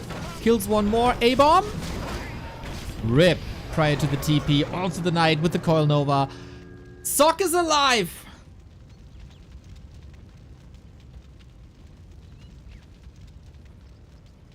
And he can heal at the fountain. Oh, that's risky, mate. Probably just checking if Happy cleaned that before, if he can take a bath. Happy's coming in again. Do we have heal scrolls? 1 on the DK. Using the movement speed advantage and getting the red spot here. Sock with the red spot here. Everything is bruised.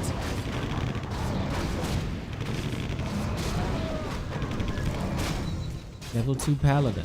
Help. But without Mountain King level 3, this is rough. Belt. More HP. Happy. Gets more HP and more damage on the Lich. Sock is in a bad spot. He has no TP. And that's a Nova Impale if I ever saw one. Let's it go. Happy at 80. Sock at 70. Lumber problems.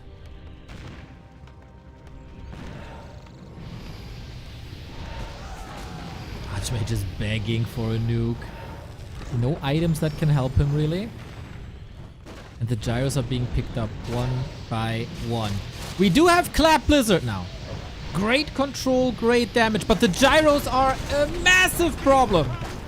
The biggest damage is coming from the Archmage. That was the one heal scroll. We have Invo Potions ready for some hero nuke, but there barely is any hero nuke. The Blizzards are saving Sock's game. 20,000 damage on this Archmage already. Impale very, very quickly. Nova kills a Knight. And Happy is getting further and further ahead. In high upkeep, that is. Any chance to deal with... I don't think there's any chance to deal with the Destroyers anymore. Without mass gyro production? No way.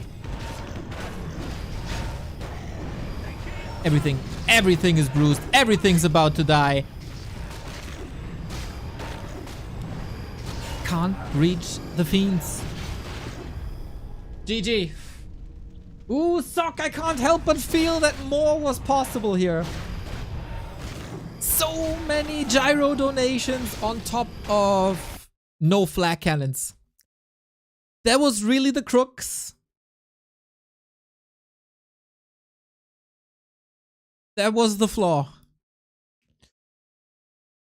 Undeads go 5-0. The fight in front of Happy's base, I think, was really cool. And in general, the idea to fight there was right. This early Blizzard transition for Harass. Not sure if I love it.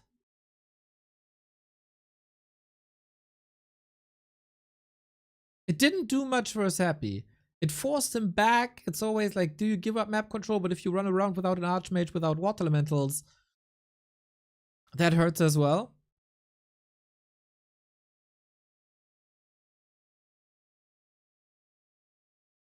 I see the reasoning, but Happy is just so calm and collected.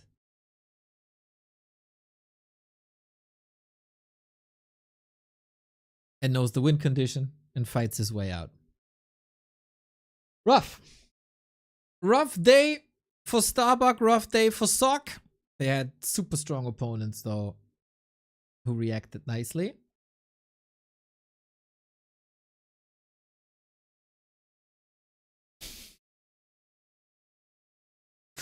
I'm back, guys. My favorite, one of my favorite chatters is back. Love to see it, man. Love to see it. Small reminder, if you have a Prime sub lying around, we gladly take it. With an Amazon Prime subscription, you have a sub on Twitch for free. If you didn't decide who to give it yet, we are here every single day for your Warcraft 3 entertainment. And it's just a couple of clicks that helps us out a lot. Nice little call to action, if that is the case. With that, match points. Sock should still be fighting for every single point there is. Because in this league, every point matters. But yeah, it could be, from one of the hypest days, we could get one of the most disappointing days. Thank you, Vazi, Yannick, Defonce, Le. Thank you, Vazi, and also Sternherz. Much love. Let's go. Let's go! Indeed. Let's go sock for more games. Didn't wake up at 8:30 for this. It is incredibly hard though. When you have someone like a Happy or a 120 who are so crazy good in early games. They are different beasts. Sock fighting. Sock bringing in new ideas, fresh ideas. Some of the old as well. It does feel like Sock is going more into the Infi route. Which in general, I appreciate. Infi looked top yesterday.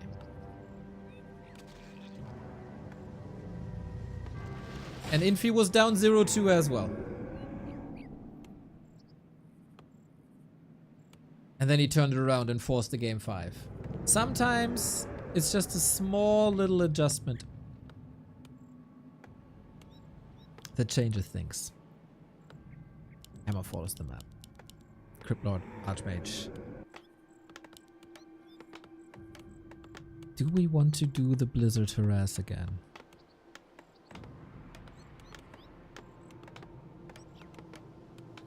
I totally understand where he's coming from. But back in the day, this was mostly used to delay the destroyer push. That's a very different Undead meta, right? Because back in the day it was only one base, always and ever. And now on 2 bases, of course, it's a lot easier to recover when you have double income.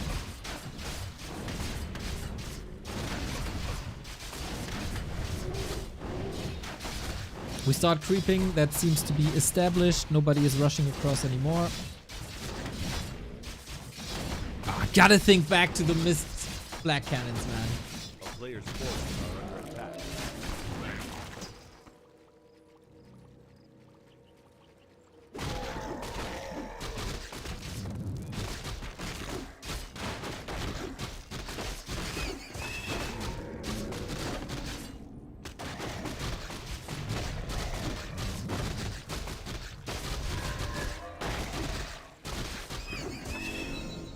Exactly, we need more games. What do we got? Oh, bad items for Sock, unfortunately. Are under attack. As we only have Ring and Slippers, doesn't really do much to him. And I'm not sure... Oh, Happy's defense is in position, of course. Archmage shows himself, runs straight into a Happy sound. He's lucky, though, to get out of there. That was the one impale. If Happy uses the illusion earlier, if Happy has a cleaner surround, this could almost be game. But he keeps him pinned down. A player's forces are under attack. In the north. So, is it still the case that an uncancelled Undead Expo wins against an uncancelled Human Expo? Archmage is trying. That's level 3. Might be too late for the cancel though. All the footmen are at home. No water elemental. Item on the ground.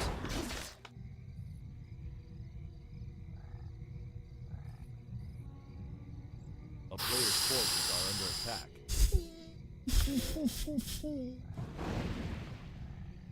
He is begging for this surround. He has a staff though.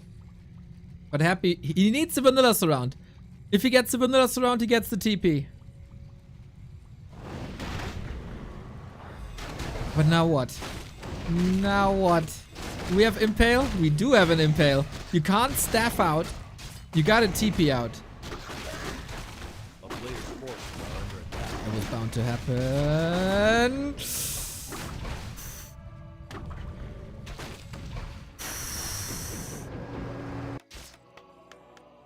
Nobody is canceling anything. I surely hope that Sock has a shot. Oh. Oh, the replenishment potion is heaven sent, man. Oh my god, is that a lifesaver? The only way to get regen at the moment was this replenishment potion. Players' forces are under attack. Happy super calm. Happy attacking again. My god. I said this when he lost to LabyRinth. That everybody following that series up shall be super scared. Because when Happy is hurt, he's the most dangerous. Kaho got slaughtered, not on Happy's level. Sock is getting slaughtered, not on Happy's level. He's finding some damage once again, and there's no Happy tech. Stays in the fight actually with more mana, but very little units.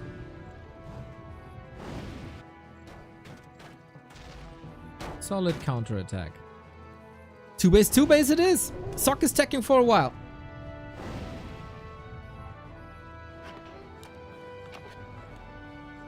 A player's Again, we forces got the are under 40-second advantage on the tech.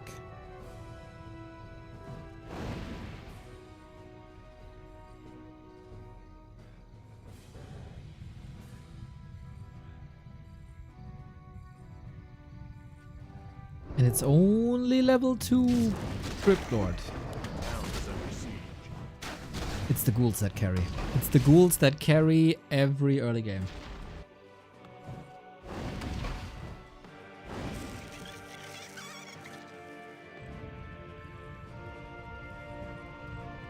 A player's forces are under attack. And beetles, of course.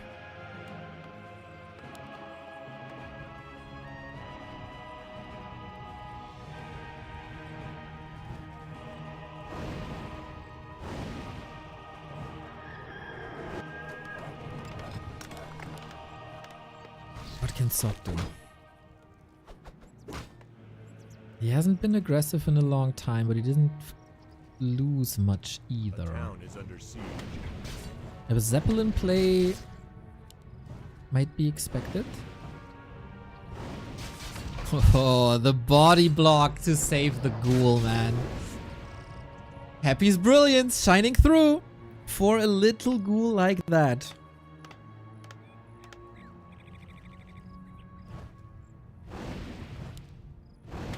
And now imagine this Archmage with like claw and mantle again.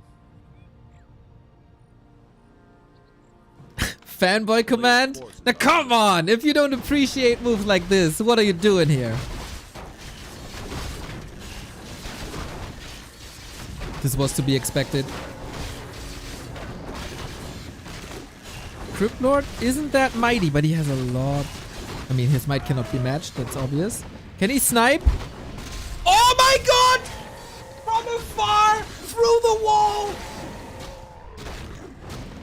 And he gets the XP, didn't he? Yep.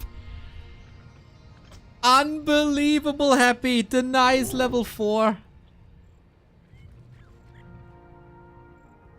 Incredible, man. He saw that happening 20 seconds earlier than anybody else. Wall hack. Wall hack. Typical Russian. Sorry, it was a Counter-Strike joke. Before you get angry again. That was a brilliant move, dude. That was a brilliant move. Can the Mountain King clean this up? And hurt these fiends a little bit.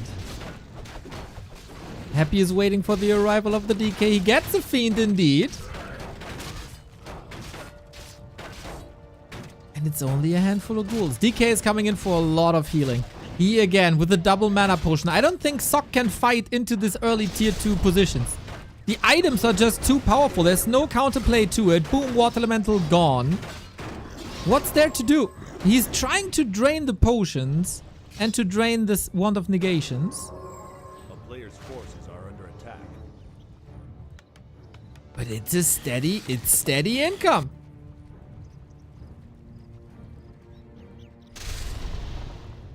Oh, careful, buddy. Archmage surrounded, trying to get out. No nuke.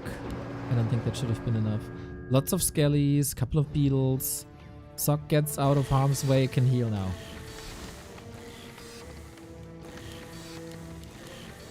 A player's forces are under attack. Knight's Gyros is the way again. Best Sock game so far? Archmage didn't get level 4. That's annoying.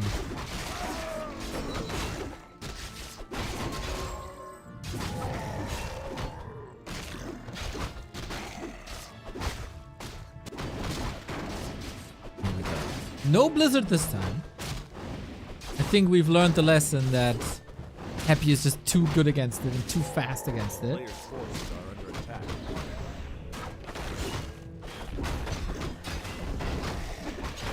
Flak cannons on the way.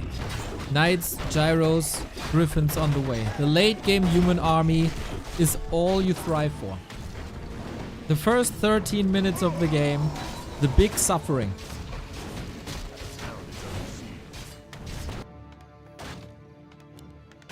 "30 seconds till paddle." Mountain King not level 3, little bit of solo creeping, but not much. Happy is lining up an attack already. Sock has lumber issues. He has a shredder and he's short on lumber. Ah, just returned the lumber, so it's fine.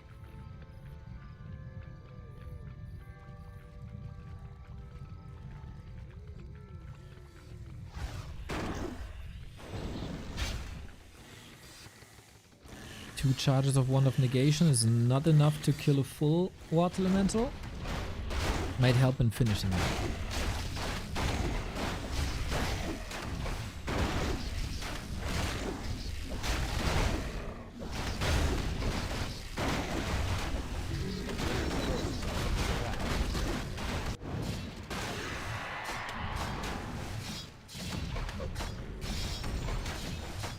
Are we sure, by the way,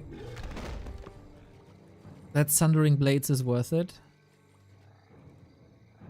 He has 2 attack upgrades already. Okay, then I don't want to bother. Gyro Scouting, lovely. Happy's attack. 70 food. Only 2 towers. No Blizzard this time. Are we trading bases? This is something we've seen a lot yesterday. Gyro's a bit out of position here. He's just diving for these gyros. Oh my god, Sock, what do? Responding a little bit slow, damage is done. Gyro's still up. Aggressive TP, but it's very, very, very little. Everything, of course. If you TP into the fangs of a Crypt Lord, this is what happens to you. DK! Almost surrounded! He was surrounded, but freezes his way. That's a lot of damage thrown onto the healer of the Undead. Can the gyros do the job? Lich level 2. Oh, Sock is crumbling a little bit. He needs the reinforcements. Instantly! Where is production? You need production. One gyro after the next. Oh no, the great disaster once again. And with that fumbled fight, it might just be a 3-0. The Hail Mary on the DK with the surround didn't work. The militia was too fragile. The Shredder is falling. The workers are dead. The Paladin is about to fall.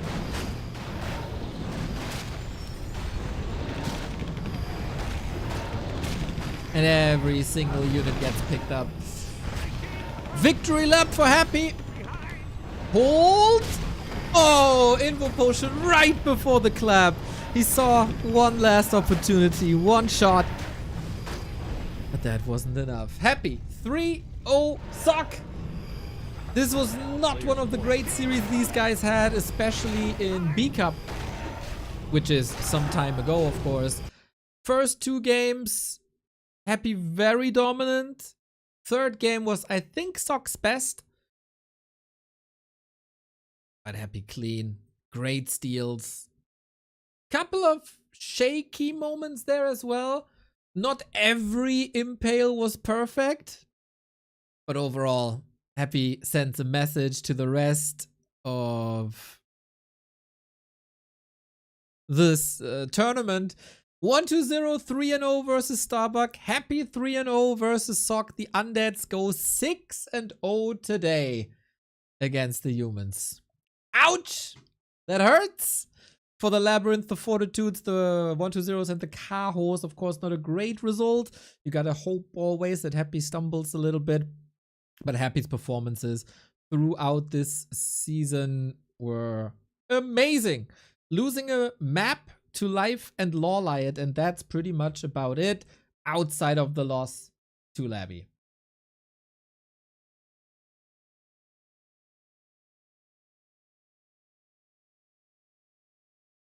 Rough day for the humans. Rough day for the humans, for sure.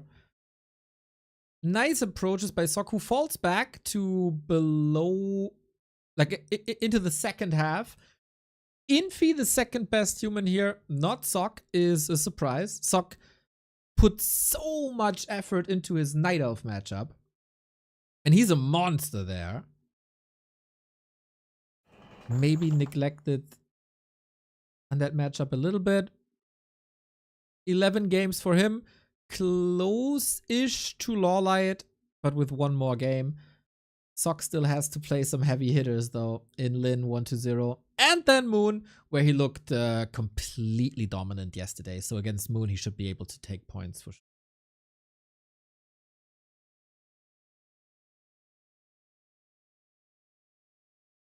Now,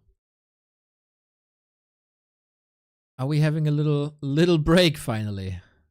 No. God damn it.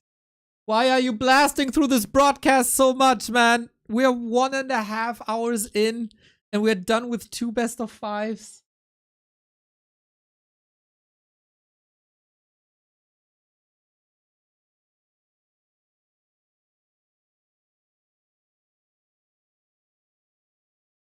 At these moments, you gotta be thankful. A, for the great games, and B, for the sponsor of this month. What would I do without my friends of Rogue Energy in these moments, man? 100 moments, full pace, energetic commentary, and I got Rogue Energy by my side to fuel me again. Tiger's Blood flavor today. And with that, we're getting ready for Lin and Labby. If you want to be as energetic as I am, everybody, rogueenergy.com. All the flavors available, lots and lots of deals for you. Currently free shipping for orders of $30 in the US or international orders of $60. You can get a 20% discount with the coupon code B2W. 3 different formulas for the energy that I need now, for the hydration that we all need throughout the summer, and the chill formula for that might replace your evening tea. Tons and tons and tons and tons and tons of flavors. I'm a cherry dude myself. I'm also a strawberry kiwi guy. Tiger's Blood, absolutely not bad. Top 6 maybe. Just go for a trial package, find your flavor, and help us out by clicking the link. Everyone who clicks the link at !Rogue is helping out the channel a lot, as Rogue sees, hey, these guys are coming from back to Warcraft, and it's just 1 click away and a little bit of support here. Much love. Thank you, Vesti, for spreading the word. The storyline here. I'm feeling I'm like at a speed run right now. The storyline here is pretty damn clear. The player of the tournament is LabyRinth, and you see it here on the ranking. 8 wins in a row. And those 8 opponents include Happy. Nobody is able to stop Labby at the moment. For Lin, a very mixed league so far, but he's the one with the fewest games. 4 games only in the middle of the pack. Lin is playing a bit subpar for now. He has lost to Life. He has lost to 1-2-0. He needs points. He needs to perform. And it would be a statement from Lin if he's the one to kill the win streak of LabyRinth. The Happy Slayer against the War Chief. This is the highlight of the day. This is our main event.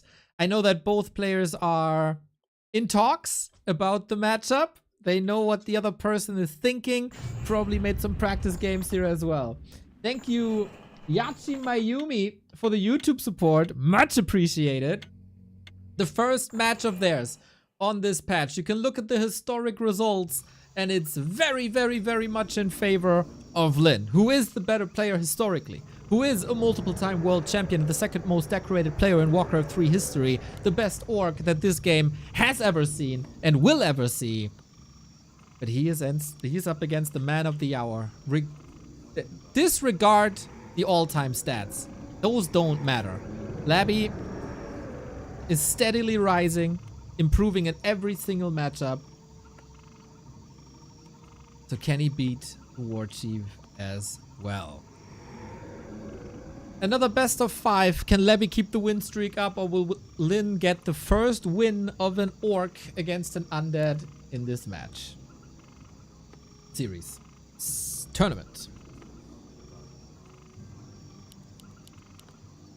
Lyn has already voiced his frustration with the matchup in our Twitch chat. And judging from the 1-2-0 series, it is incredibly rough if you play a Blade Master. This matchup is very early game dependent. The first 4 to 5 minutes probably determine the outcome of the game already, and 1-2-0's creep routes and anti-creep routes were perfect. The play against the Windwalk Blade Master was perfect. And I thought, you know, 1-2-0 and Happy are mechanically gifted. Labby is coming more via game plan, army composition, surprise elements. I thought Lyn would be an outmatch to Labby in pure mechanics, and he probably is. He still goes for Farseer Headhunter. That's the first exclamation mark of the series, just a couple of seconds in. Labby gets the info. Labby has played DK Lich and Dreadlord against Orc, with or without fast expansion.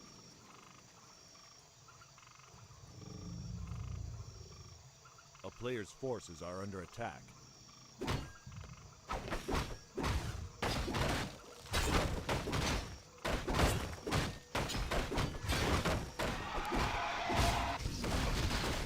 And he's stealing XP away.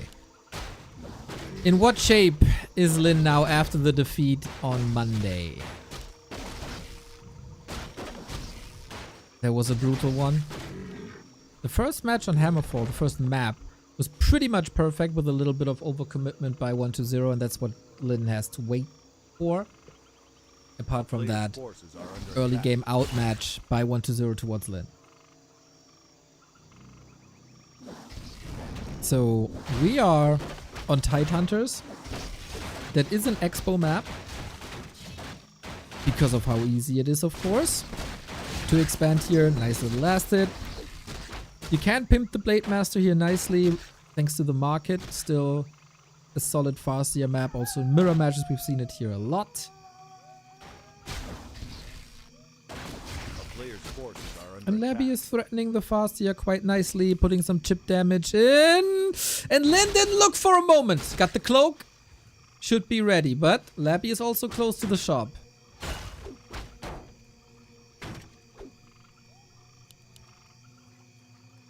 Gets a headhunter, moves back. Oh, that's a headhunt. No, he's just walking out. Careful now, buddy. You're in coil threshold. But the DK is far away. That was tracked. It's grunts into headhunter, by the way. DK not sharking for the Farseer, who surely needs some heal salves. Early game win for Labby. That's a lot of map control now. And not the number of headhunters that you were usually seeing when Kiwikaki came up with this Farseer headhunter build in the 2020s. Suggesting a tech switch. Lyn wasn't looking for a second and immediately punished.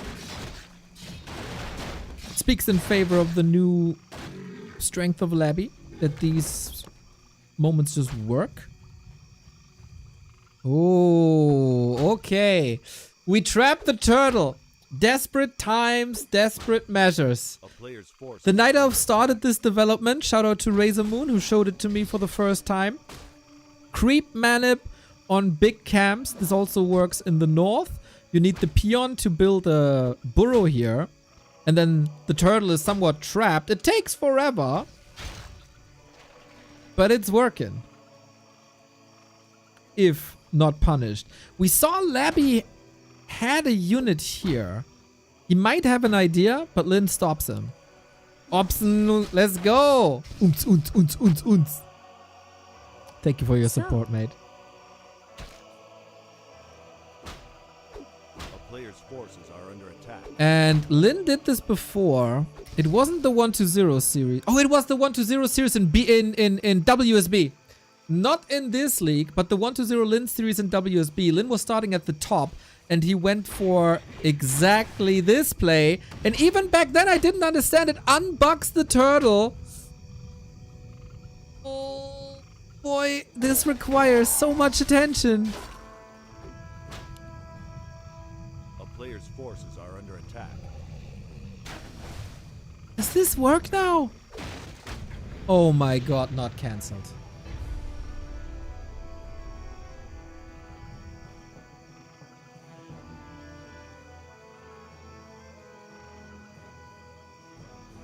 What a colossal fail by Lynn. Oof. Lynn beats Lynn on map 1. This is something that I've not seen before. It didn't work at WSB.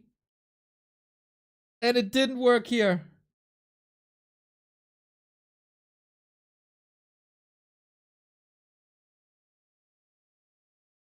If the stakes wouldn't be so high, this would be funny. On ladder, I'd laugh my ass off. But this is not how you want to start such an important series.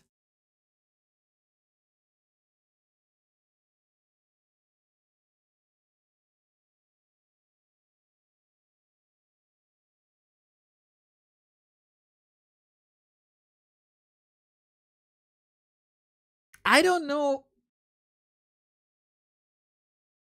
Like, I totally get why he traps the turtle. But if you build a new building, it untraps him, right? So if the turtle realizes, hey, he's building something new, it's going for that new building.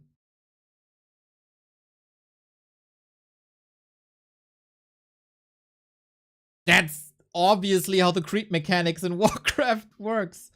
He built it in aggro range, yeah.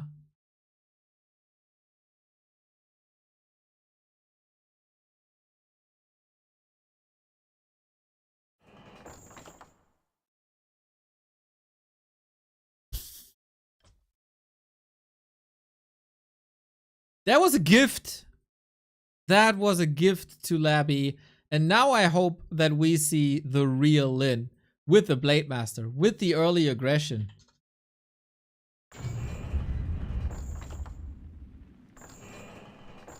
Yes, Mr. 8-Man, please do a tutorial.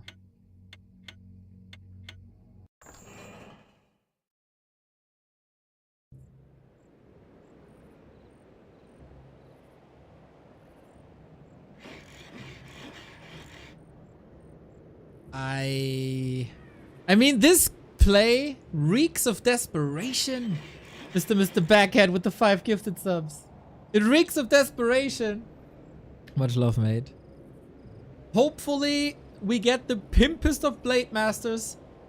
The timeliest of creep steals. Otherwise, Labby is running away with the series and you have to win 3 maps in a row against the longest win streak in the Super League. Lynn, it's time to turn the ship around on Autumn Leaves.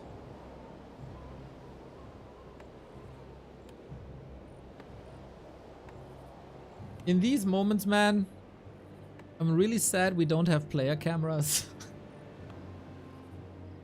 I really do.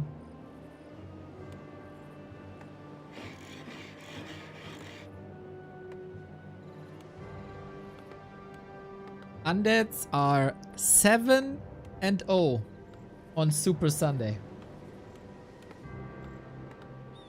7-0 versus Starbuck, Sock, and Lynn. But there's hope, everybody. And hope comes in form of an orc with a mighty blade and for some reason, lots of pearls around his neck. We have to clutch them after this match, and will Labby clutch this game as well? He played good. Labby played good. Nice surround, nice control, nice pressure. But that's not what lost the game for Lynn. That was Lynn himself. The town is under siege.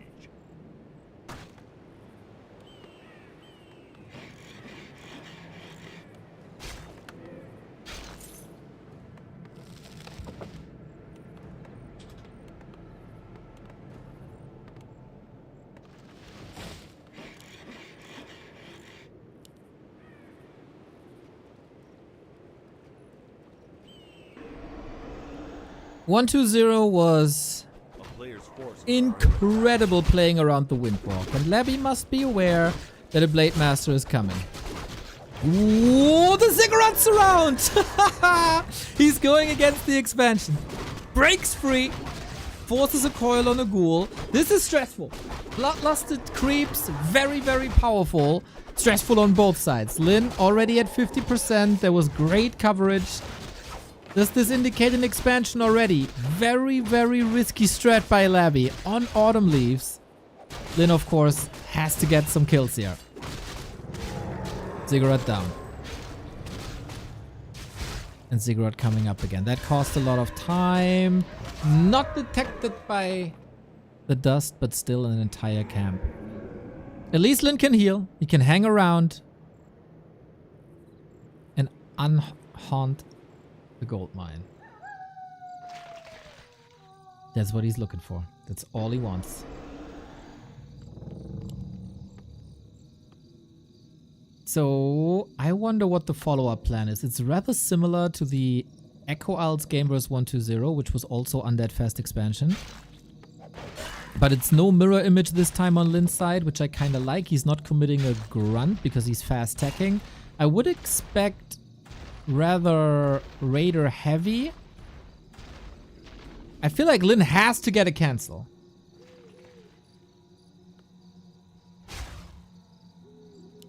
And he surely has the chance to do so. Timings are all right.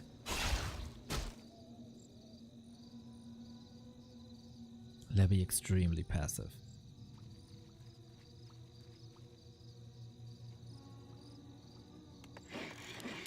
Radar Walker. A player's forces are under attack.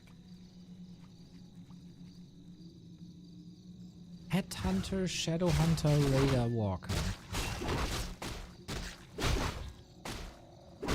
Is that enough pressure?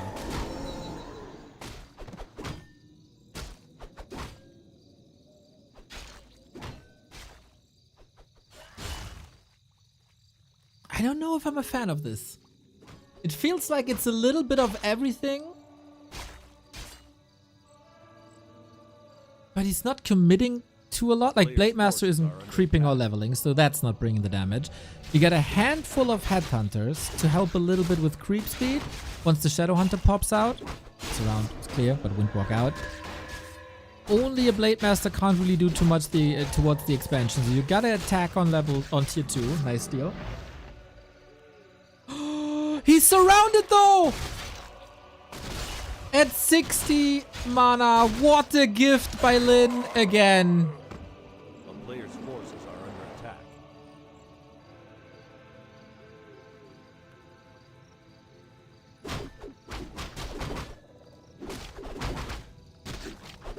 Bit inspired by Fly. A bit inspired by Fly.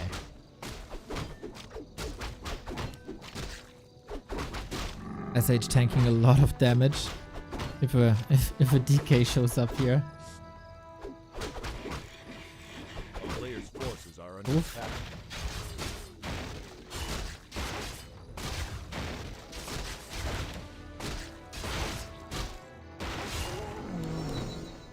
DK level 3.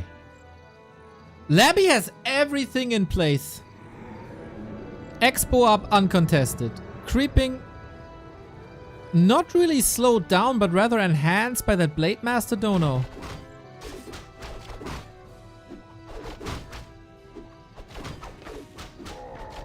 Shadowhunter's level 1 is hurt. Blade back in 3 seconds.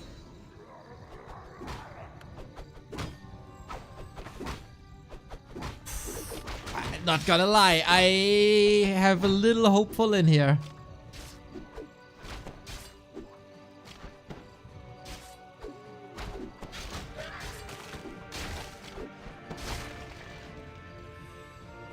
And it's no tier 3 pocket expansion, right?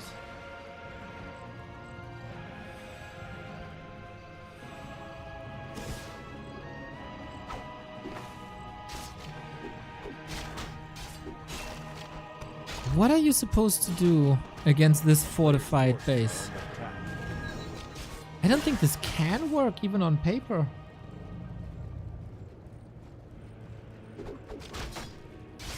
Too much damage in the early. Mass Raiders now, but it's too late. He started with Raider Walker. And now he's going into Mass Raiders, but effectively he's doing nothing.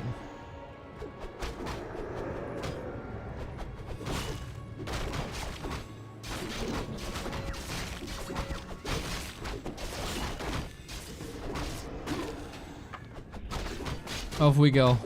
Hero focus galore. Labby has no TP. Can he save that Shadowhunter with the heal wave? Or he's tanking so much damage from the ghouls. He got the surround done. Coil, not enough. Olin, do we see light at the end of the tunnel? He gets the DK with the 98 crit. There is hope. Heal wave again. There is hope all of a sudden. Is it too little? Is it too late? Or is that the start of the turnaround? Oh, Labby, all of a sudden, you're struggling. That's a ghoul, that's a fiend. And the Blade Master runs the show. What the hell is happening? This series just got turned on its head.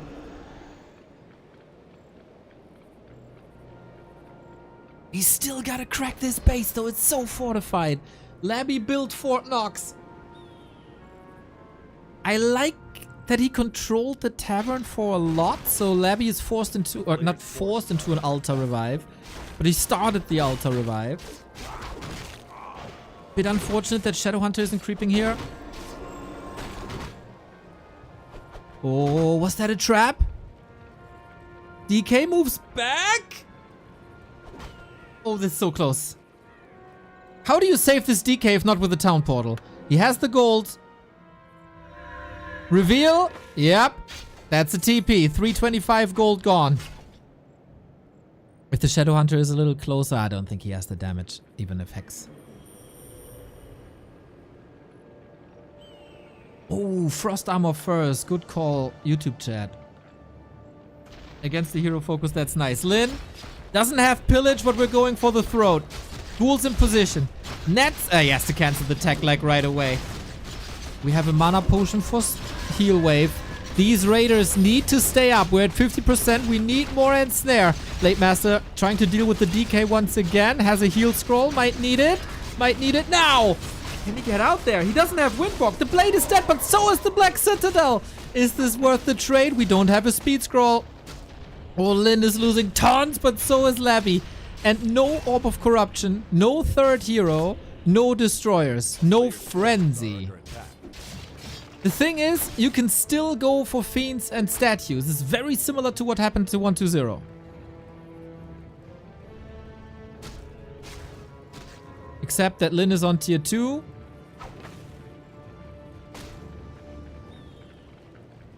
And we don't see a counter expansion anywhere. I feel like if you go for... Okay, this wasn't the plan from the get-go, right? But if the plan from the get-go is Raider base attacks... Isn't a TC always better than a Shadowhunter?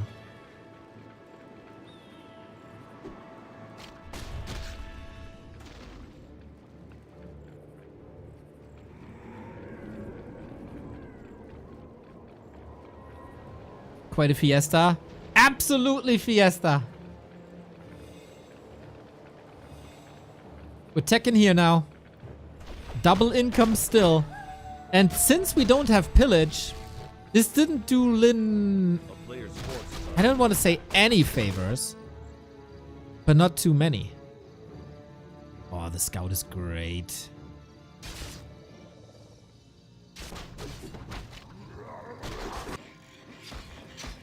Tier 2 expo now.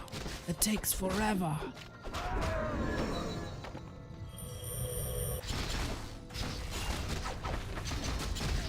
There would be so much value with pillage.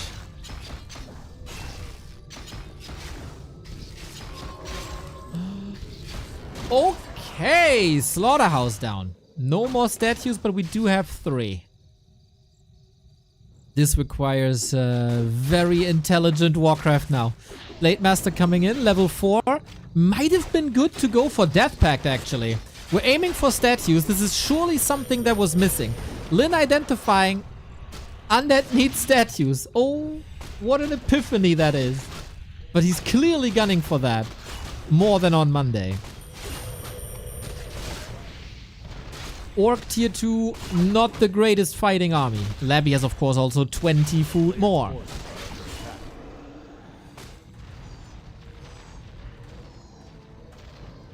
Labby can't build statues. For a while.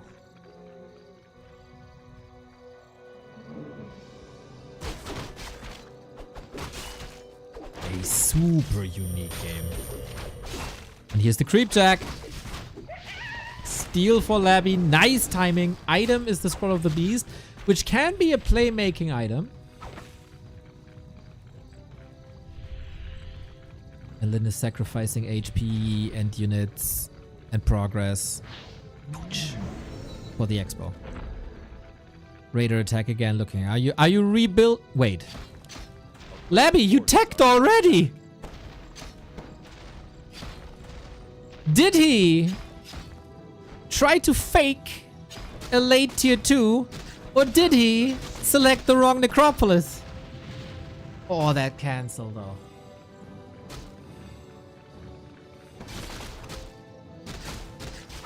Is Lin running out of steam? He's losing 1, 2, 3 units maybe. And Labby has had enough.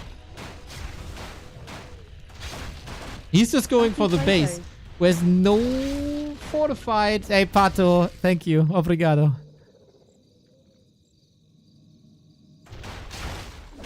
The burrows will get wrecked one after the next.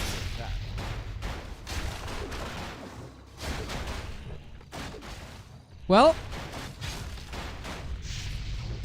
Labby with another gift to Lin. He's still taking 2-2 for the second time. And onto the statues again we go, but Lin is losing every single burrow. I don't know if our overlay can deal with 2 times tier 2. Apparently not. TP gone, but so is every burrow. Lin can't build any army. At least tier 3 on the way. 10 seconds. This fiend looks stuck. He is teching now. And he's going... He realized player's forces are under attack. that he teched to tier 2 for the second time. But he's not cancelling it. It's just going for another tier 3. What are we watching, guys? No speed scroll, unfortunately. Pretty expensive as Lin is banking for the tiny. Oh, and Lin doesn't have a shop. He has to rebuild the shop.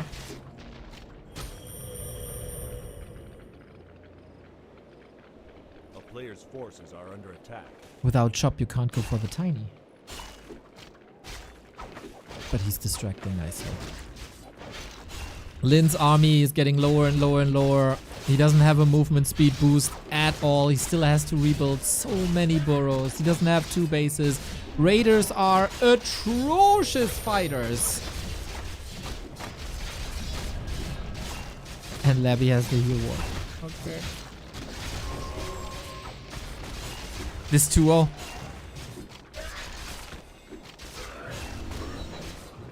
Lyn is losing everything. A player's forces are under attack.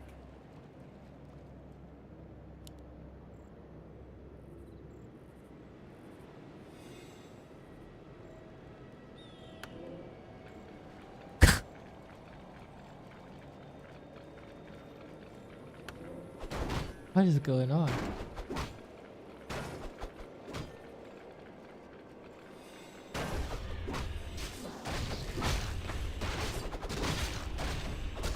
Looking for the steal. Got it. Item as well. Nice. I've never seen a game like this. We got the tiny coming up.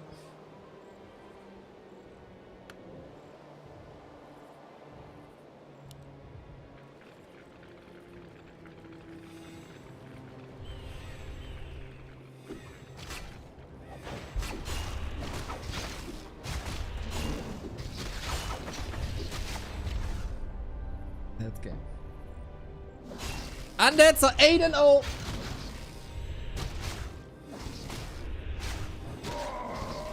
I don't even know if it, like, can you even analyze this game? Can you even start? Where do you even start analyzing this game? Double tier 2.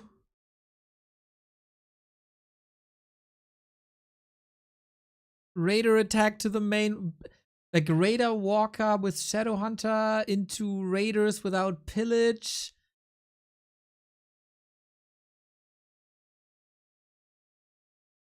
Double tier 2 tech, obviously. Is it me or Labyrinth is a maze? Labyrinth is a maze, yes.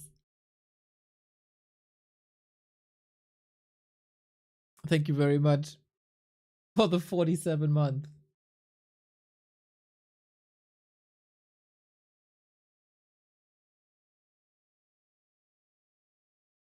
I feel like I have to pinch myself. What is this day?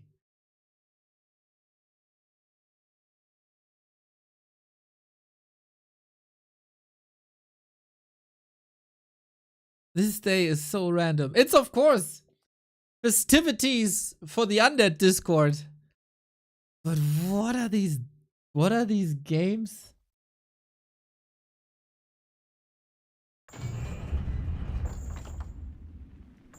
The Nema, thank you for the 56 month. Expecting a non-hero game next. Yep, that is surely something.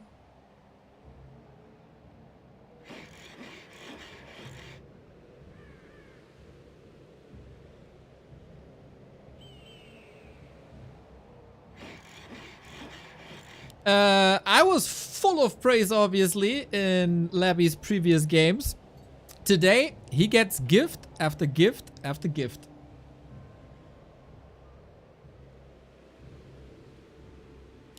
And that has to stop now. Lyn has to unleash beast mode. Probably a bit angry after what happened on map 1 and 2. And we need like serious business now. I wouldn't hate to see full lame-o orc.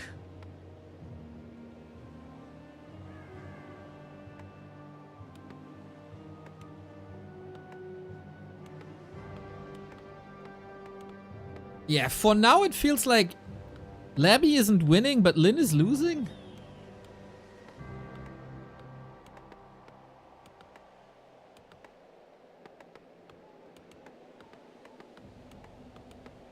And we go back to Farseer. Is it time for the Wyvern on a not so Wyvern map, right? We'll see. When in doubt, go Wyvern.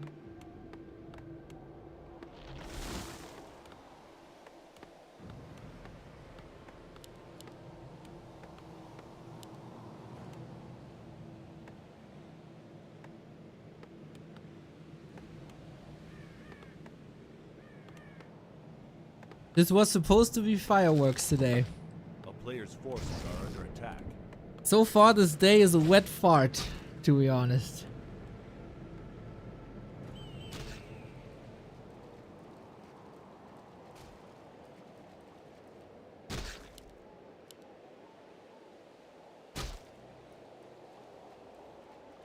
This weekend in general, unfortunately, because obviously more people are watching, the weekend doesn't follow up the amazing Player's forces are under attack. games throughout the week.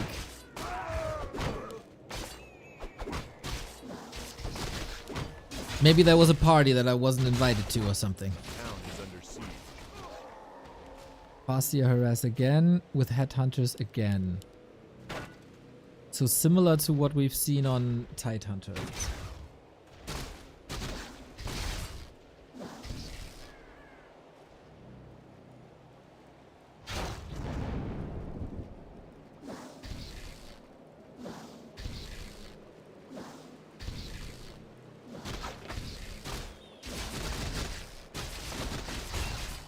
Okay, with the help of Murlocs. Triggering some coils. Get the... Oh, no new summon. Interesting. Coil should always secure the kills. Doesn't even need it.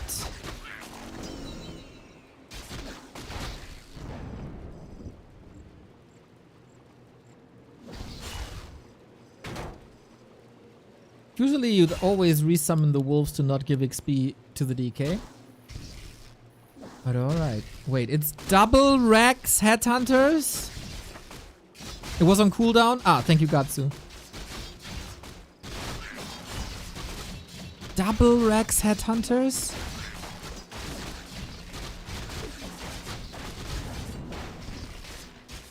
Another wolf. Don't tell me we're towering. A player's forces are under attack. We're towering, are we?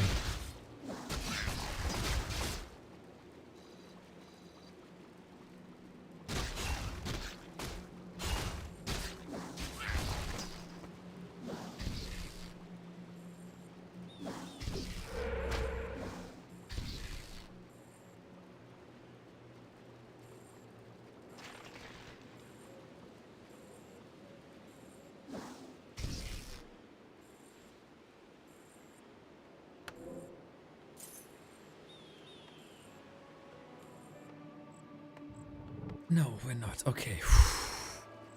Okay. Mass Headhunters. It seems like this is the best source of damage for orcs at the moment. Forces are under attack. The best reliable source of damage at the moment. Unfortunately, undeads have a hard counter. And that's the Dark Ranger and ghouls. We have 9 of them. You want the Dark Ranger? Lyn contests the tavern to delay the Dark Ranger, and so Labby has to queue the Lich, so the hard counter softens up a little bit.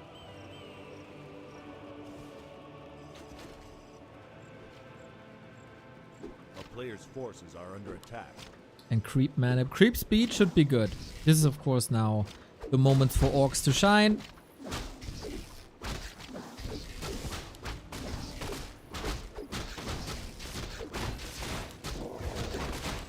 But Labby with ghouls also very good creep speed. Belt, a bit unfortunate here. Bit of survivability. We go Headhunters into Totem. That helps with the survivability, as there's gonna be little Dispel only. A player's forces are under attack.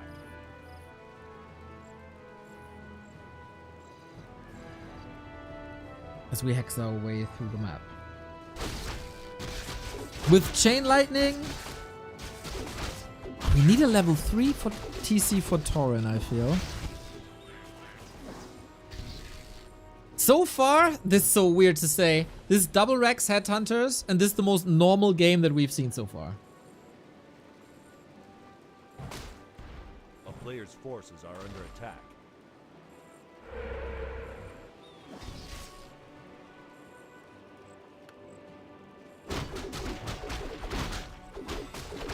Shadowhunter making progress. Lich making almost no progress.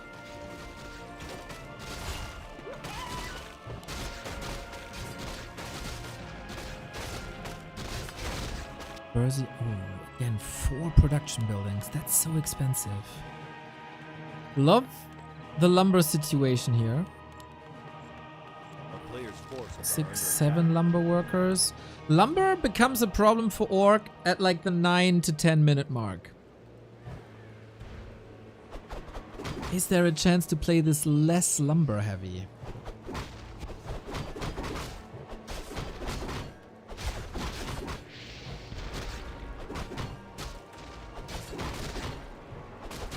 Oh, Farseer. Any chance for a steal? Not against Kalnova, there shouldn't be.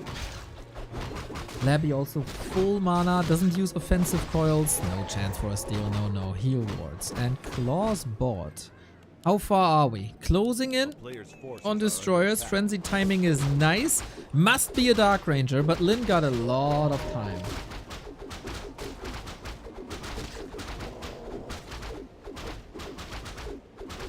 Level 3 unlocked as well. Tauren? Do I love the Tauren? How many? We only have 6 headhunters. I think you need more. Okay, so I'm a big Tauren lover. We all are. I think, and I've discussed this with Qbert and with Carson, and to a degree with Lyn as well. The Tauren shine when you have the disable from a level 2 stomp. And you need so much damage. So maybe it would have been wiser to continue headhunters with the Dark Ranger being so delayed. Labby just expanding.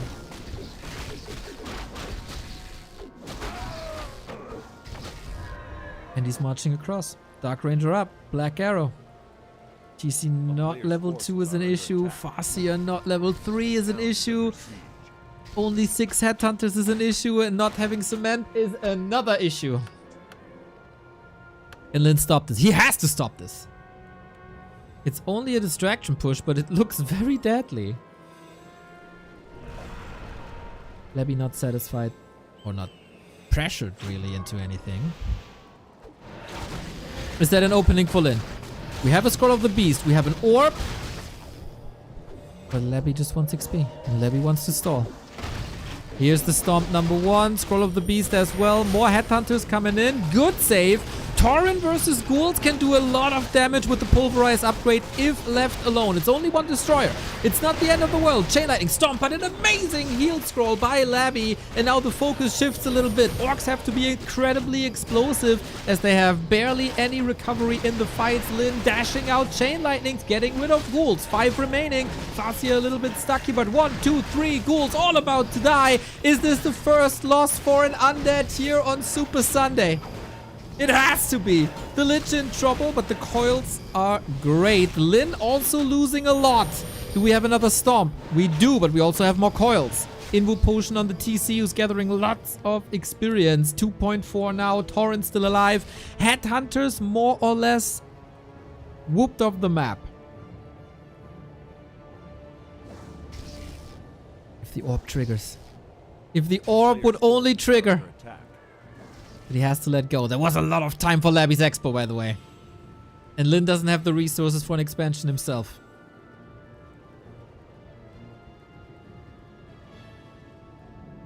But he unsummons. Ooh,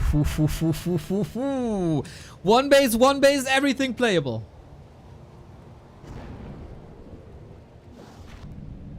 That cost not much, to be honest. A player's forces are under attack. But Lyn is in the game. The best situation for Lyn in this entire series.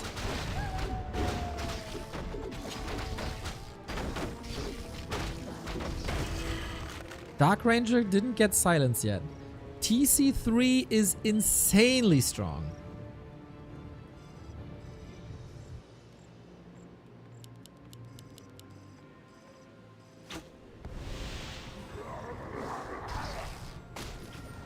Forces are under attack.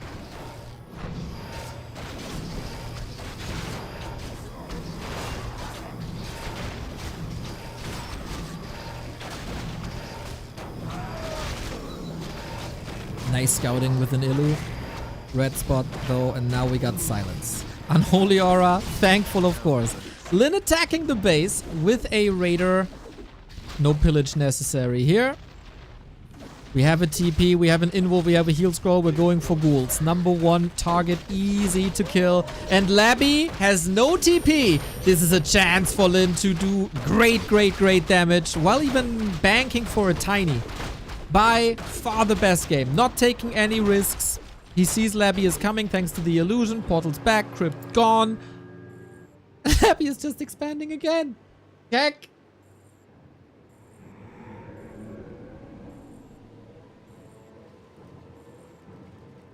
$600 gold. You gotta make a decision. Do you want to boost your army? And do you know about the second base? Or do you go tiny?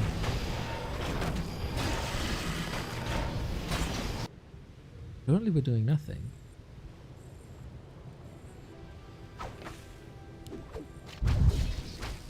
Army. Tiny Great Halls have cost orcs a lot of games in the past.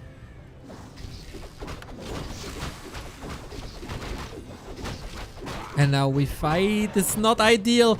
No speed scroll for Lin. No TP for Lin. The silence is amazing. Kodo is dead. Oh no. The big destroyer boss gets 1 destroyer. Okay, but there's 4 more. Torrent will be melting. No. The snowball starts. Heal scroll at the ready. Invo potion as well. But where's the damage? The headhunters, they gotta run against the Dark Ranger. This is looking amazing for Labby. But the TC is level 3. Is that maybe the turnaround? New reinforcements are streaming in. Those were the 600 gold. Shadowhunter up for grabs. There's a million coils. So far, we're safe. The TC passes an invul. Great play. Shadowhunter is safe, but the Farseer is not. And we're waiting for the next. Avada Kedavra heals himself for a little bit longer. This is the end, though. There's no way Lin is coming back, is there? Tri-hero so strong. Statue still up. Destroyers no mana. Second hero down as well. GG. Labby continues his rampage through the Super League with 10 wins in a row. Lin just invested his gold. He was waiting for 9 supply. 700 gold. And takes the fight without the reinforcements here. Without a speed scroll. Without a TP. And he got slaughtered on Northern Isles. 6 points for LabyRinth. This is something that nobody could have expected. Another very unfortunate loss for Lin. He kind of dug his own grave here. This was not nearly as good as the series on Monday. That was one of the weakest Lins that I've seen in a long time.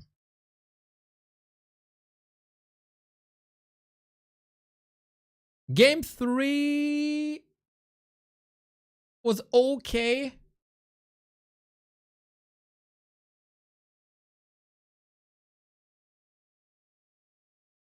But okay is not enough. Okay is not enough. The misery of Lin continues, man. 2-3 in the Super League. Here's the updated ranking, everybody. LabyRinth is an absolute hero. He has to play Life, Focus, Moon, and Fly. Guys, there is a chance that Labby is winning the group.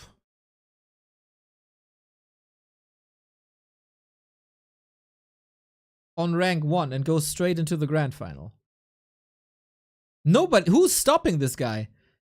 He played 40, 3-1. He played Happy, 3-1. He played Lin, 3-0. He smashed Kaho, 3-1. Nobody can stop him. He is playing Life, Focus, Moon, and Fly. Rank 6, 14, 12, and 15.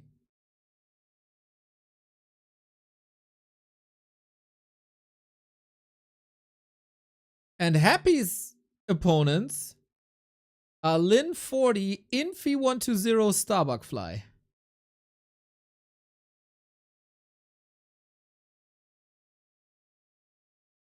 Life is a monster in this matchup. So definitely potential to struggle for Labby here. But the dude is on a tear. 9 wins in a row. No. He has a shot at the final, but then it also sounds like Labby has a massive CBT session ahead of him. I don't know what CBT session is. But thank you, LeCrest Fallen. Happy vacation.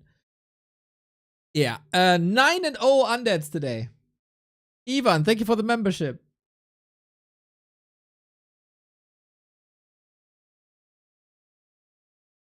Nine and 0. This was supposed to be like a huge festival for Warcraft today. Like great games back and forth is what we were all hoping for. Nobody predicted 3-0, 3-0, I think. Vesti was very close with his Preds. But yeah. Starbuck underperformed. Saw could have been better, but it was alright. And Lin was a massive disappointment.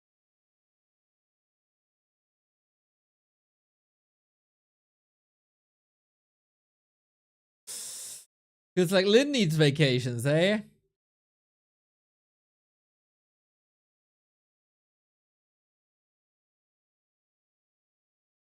This was a rough day. This was a very, very, very rough day. We're all disappointed. Some of us are even angry.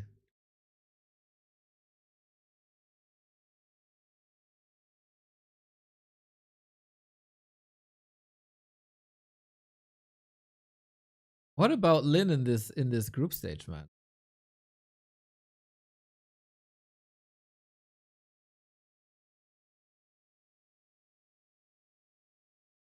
He has to play Happy 40 Kaho, Lawlight, Sock, Colorful Moon, Starbuck, and Fly. Okay, that's a lot of obvious points. He's done with 2 of the 3 Undeads.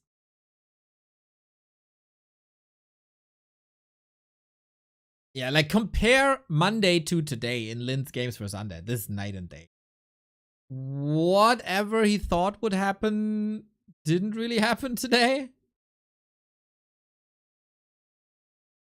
But yeah, incredible for Labby, of course. Absolutely incredible.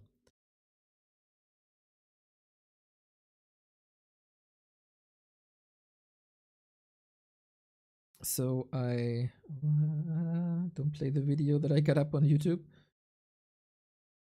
As is tradition. Oh, they already gave us the games. No.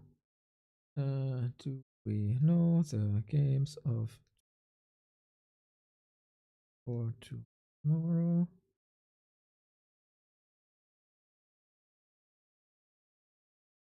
Every day we ask the WeChat group.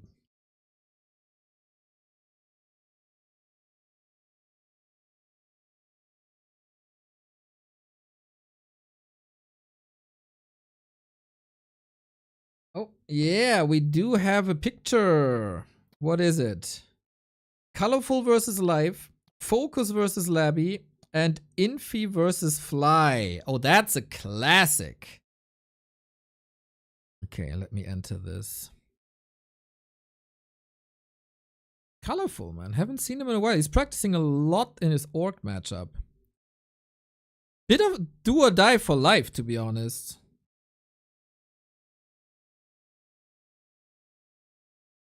Labby continues and Infi versus Fly. Man, a WCG Grand Final rematch.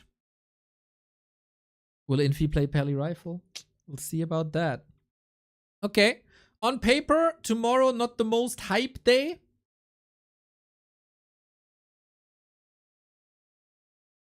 But hey, today was insanely hype on paper and then it completely underdelivered.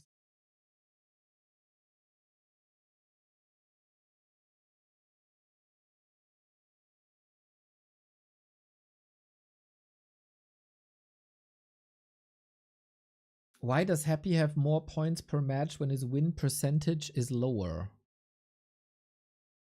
You get 6 points for a 6-0. You get 5 points for a 5 and 1. You get 4 points for a 3 to 2. And if you lose, you get 1 point per map. So Happy got 6 points, 12 points, 18 points, 24, 30 points. Plus this, 40 and 41 with the loss. Labby had closer series. Got 5 points here, 5 points here, 6, 5, 4, 5, 6, 5, 6. And because of that, he's not as efficient as Happy.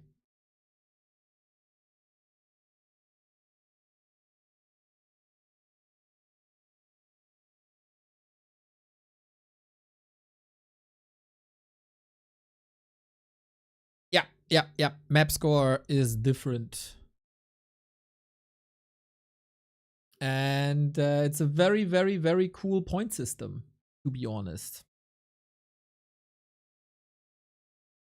So, checking if there's any show matches coming up.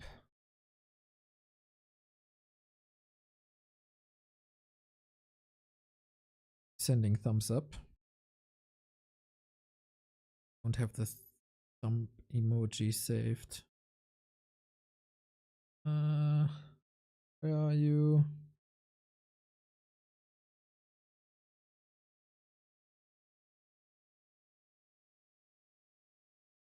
Okay. Let's put it on Wikipedia as well to help the lads out who do a phenom. Oh, it is on Wikipedia already. Jesus Christ, you're so fast.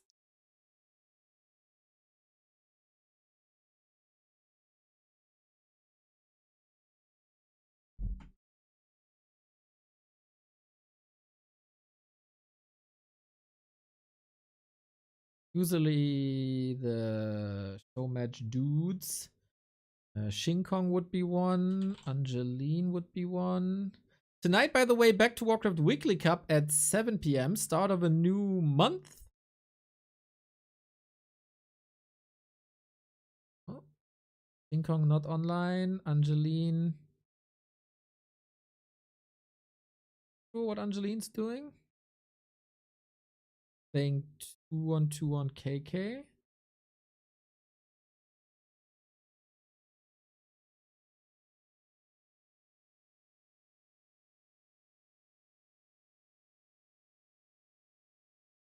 Waffle lol, thank you for the 20 month. Labby, I would love to answer the question, Labby still on fire, with yeah, absolutely, crazy games. Today he got gifts. 3 gifts.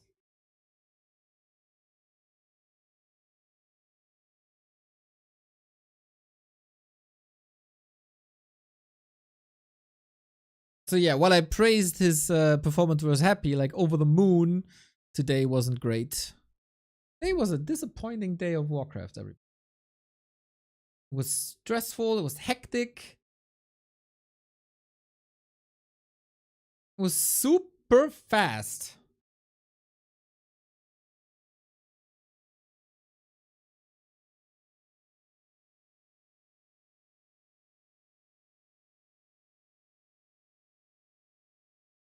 I've long felt that the Blade Master needs one edgy back. Yeah, I definitely agree. I definitely agree.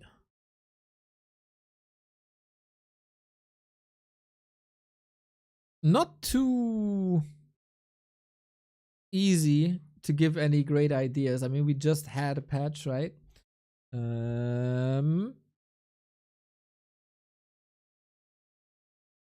And especially for Orc, we've seen, like, when we had +1 Headhunter, it was very good. And that was just +1 damage on 1 unit. And that changed so much. So, Orcs had a couple of cool buffs, but they are kind of meaningless. And it, as Mr. Apeman said in his videos, piercing damage hurts them a lot. So, that is surely noticeable. But at the same time, and both things can be true at the same time, let's not forget about that. Fly is underperforming. Hardcore. Focus is not playing his regular self, and now Lin today was very odd too.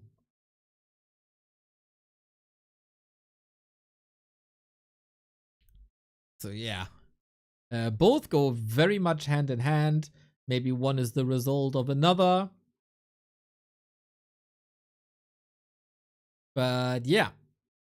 So obviously, a lot of people point the blame. You're two undead like the old thing, like two undead casters influencing everything. And Remo and I have been fans of this piercing damage nerf, but we also said you gotta fine-tune some units, bruh. And units weren't fine-tuned. And some stuff is now a lot stronger, and that is ghouls. I am so, like, I don't know how often I have to say this for it to reach people's brains. Ghouls are so strong. Ghouls are so strong for such a long time. Ghouls are strong in everything. Ghouls are strong at fighting. Ghouls are strong at creeping. Ghouls are strong at lumber. Ghouls got a great upgrade. Like, the issue for everything is ghouls. The issue for human versus undead is ghouls. The issue for night elf versus undead is ghouls. Issue for orc versus undead is partially ghouls.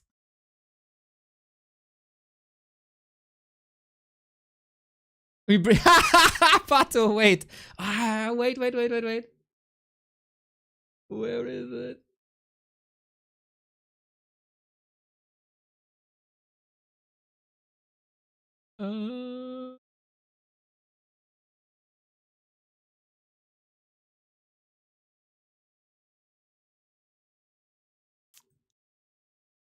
Blizzard! It's still true!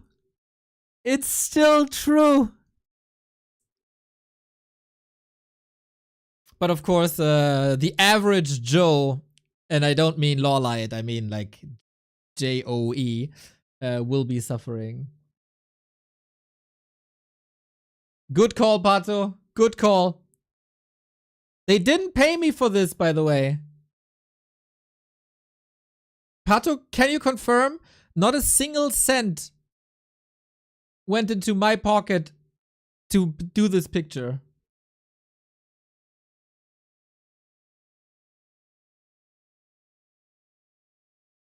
I have played lots of games versus Undead. Biggest problems is that gyros are bad versus destroyers, so the timing attack is hard to hold. But isn't the timing attack weaker and later if you nerf ghouls?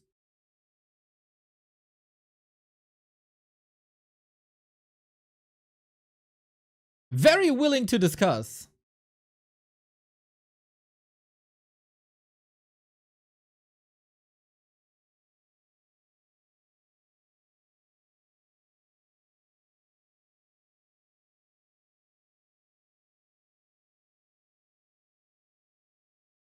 I think ghouls are not the problem in that matchup.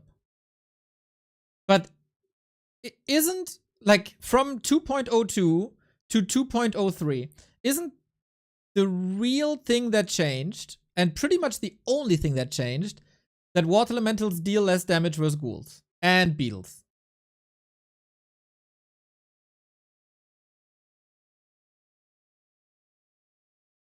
So that's the 10% of piercing damage versus heavy, right?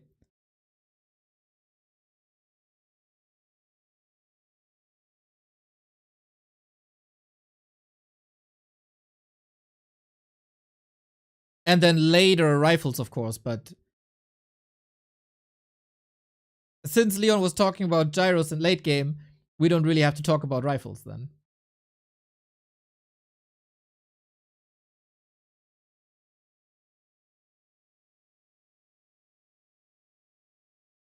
I think, like, it's to me so obvious that ghouls are the problem. Ghouls are the general problem, and then ghouls are obviously also the general solution. One of negation 2 with double mana pot and 8 charges. I see where you're coming from. I could argue, and I'm not 100% sure, but I could argue if ghouls are weaker, you need to spend more more money on ghouls or fortification or whatever, so you don't have that 600 gold left over for double Potion.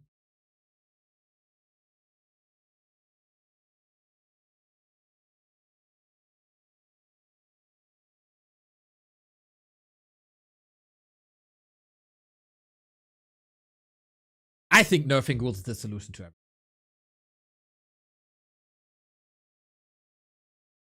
And I would probably not nerf HP, because if you make them fragile, they become pretty much unplayable for lower tier players.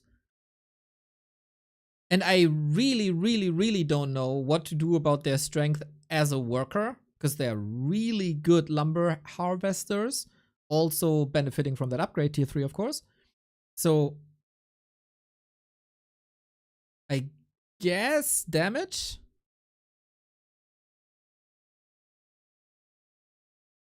Nerf Frenzy doesn't help.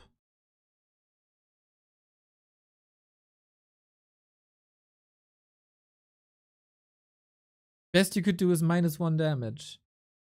Yeah, but -1 damage was super helpful when headhunters were nerfed. So I would like to see that. Even at, like, I wouldn't be opposed to see that as a hotfix. Yeah, Frenzy doesn't help. I think against Frenzy Ghouls, you got solid solutions. You got strong AoE damage, you got air units, you got 2-degree casters. I don't think Frenzy is an issue.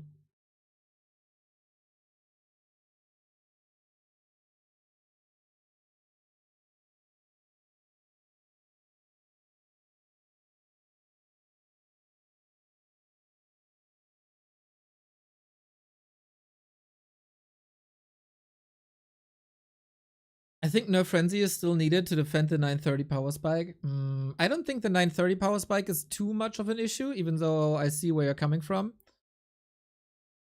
But the general flexibility, and of course, if you weaken the early game, you push everything back, right? Because a strategy is like a house. You need a solid foundation, and then you build on top, the layers on top. And if you weaken the foundation, then everything gets pushed or crumbles a little bit.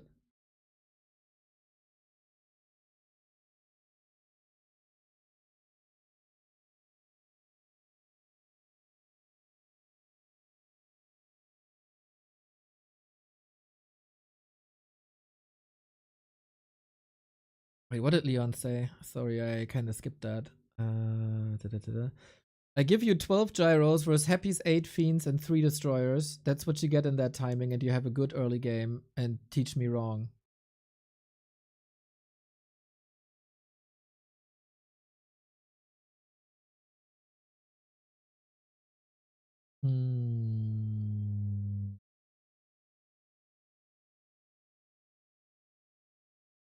So you don't have to like completely beat him at that timing, right? Just so I get you wrong. I get you. Just so I get you right. You need to survive at that point, right? Because you scale better than the undead from there on out. This is the survival army comp when he pushes you.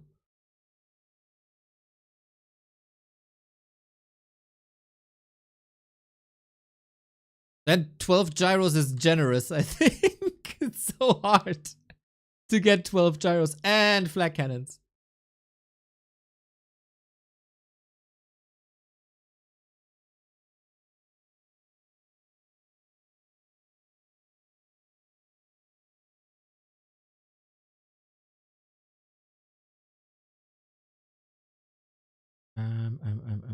Where was that?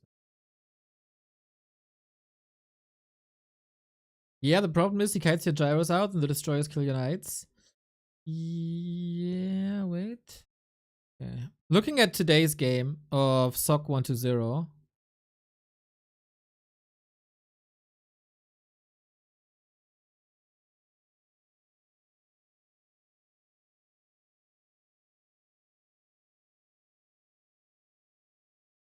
It's a bad example, maybe. The engagements were pretty bad.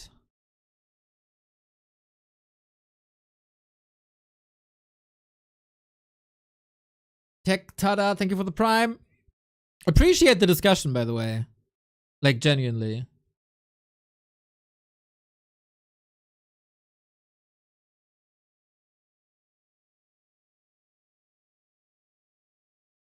Alright, I'm almost there.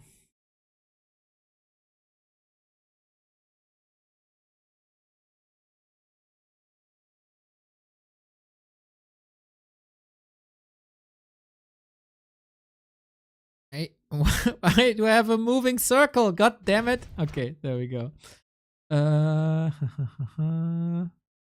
So, in the Sock Happy game,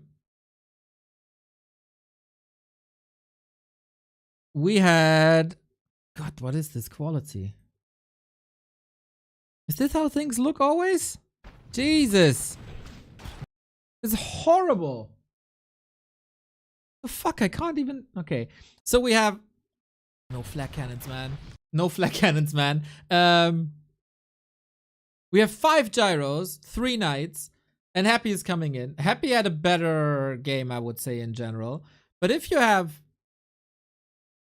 6 gyros and the flak cannons here, and don't fly straight into the army, I would argue that Sock can hold here.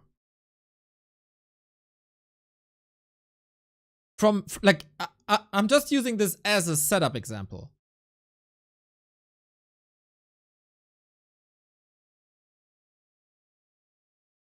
Hold, not smash the fight.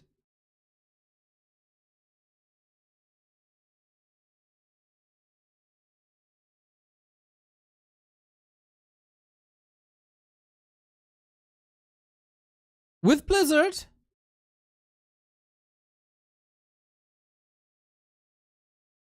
Okay, we get 7 gyros now. There we go. Even gets somewhat of an invite. Damage is good. Coil, of course, as well, too. And then it's still following, and boom, into the web we go. Re-engage, into the web we go. And flak cannon is missing left and right, and now he notices that he doesn't have flak cannons. And then the fight is pretty much over. With Scroll the Beast, of course, as well. But yeah, that is... Like, following into open battleground. Kiting was well done, of course.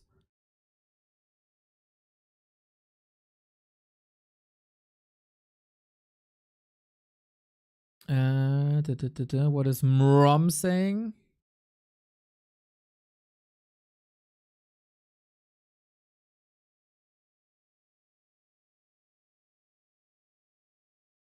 I don't think destroyers are the issue.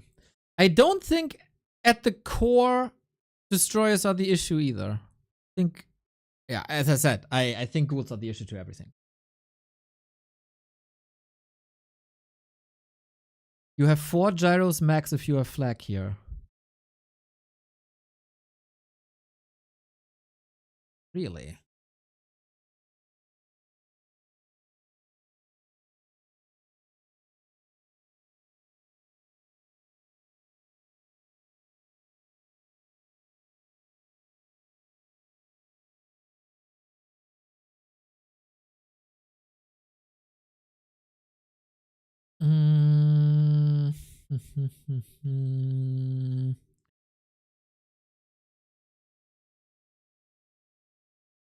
That's true, actually.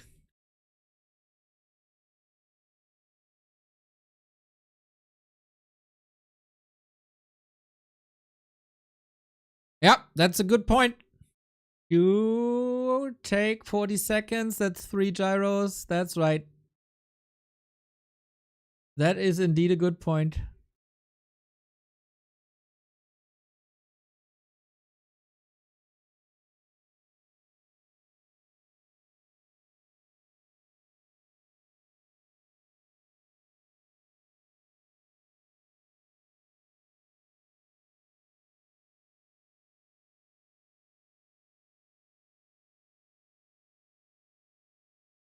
God damn, we picked the worst time for our for our new merch line. The by far worst time. Piercing damage nerf was stupid. I don't think it was stupid. I'm still of the opinion that it's the right direction, but it was not sensitive enough. And not careful enough.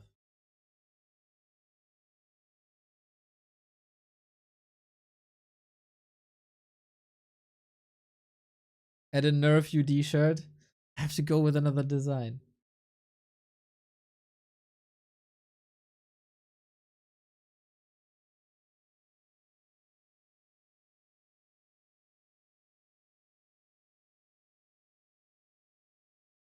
But yeah, it doesn't really, like, we didn't really tackle the orc matchup.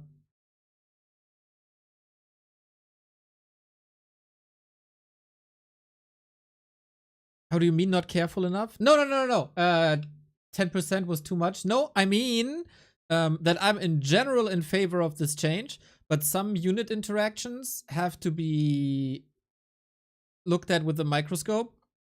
For example, that ghouls and beetles are now really strong, and water elementals and rifles both at the same time got a nerf. So that's plus. Okay, no. That's a big power level boost for undead at the same time as a power level nerf for human. And that's what I mean by not careful enough. Like, that's the same also with orcs, actually. Not with the Crypt Lord, so it's ghouls mostly that survive longer. But at the same time, the core units of orc got a nerf.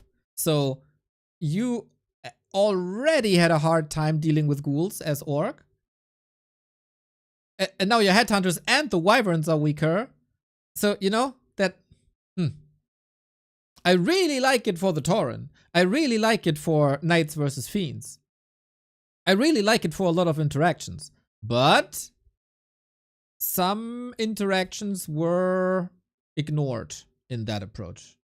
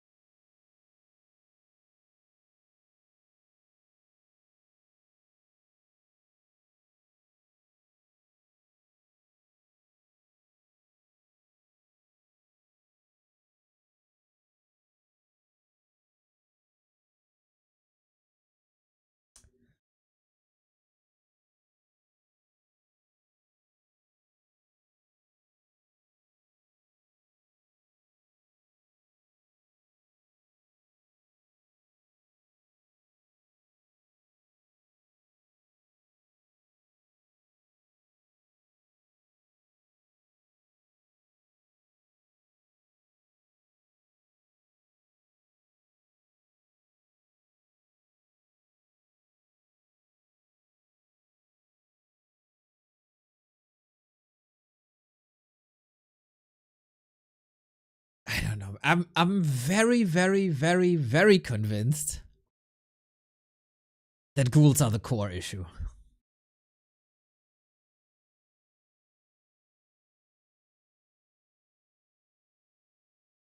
And then you can leave everything else alone for now.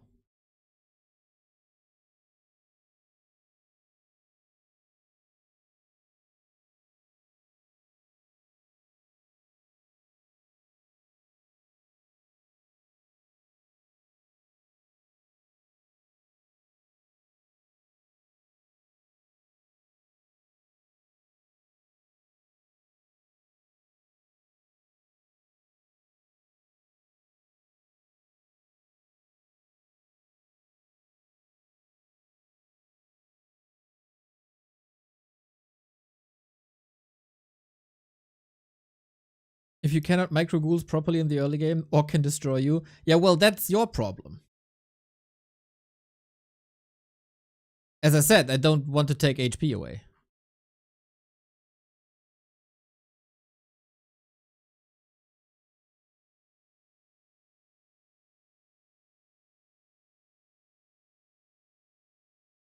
And that's also the case with Headhunters versus Dark Ranger.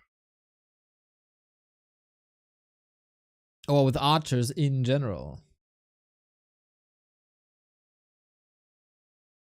Undead is the least played race on ladder already. Do we really want to balance around the top 1%? No, but I think this would help on lower levels as well. You keep the additional tankiness for ghouls, which I think a lot of people appreciate. versus water elemental, versus every piercing damage, basically. But if you think from the other side, like how many not 1%ers or how many 99%ers are frustrated by ghoul pushes?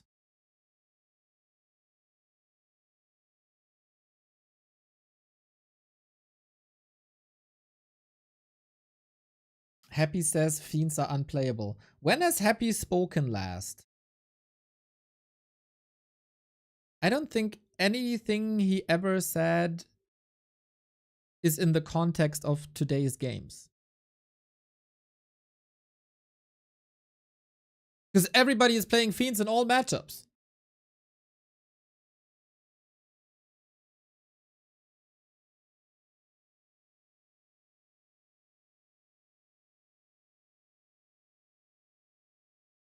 You know Undead is Imba if Happy is silent.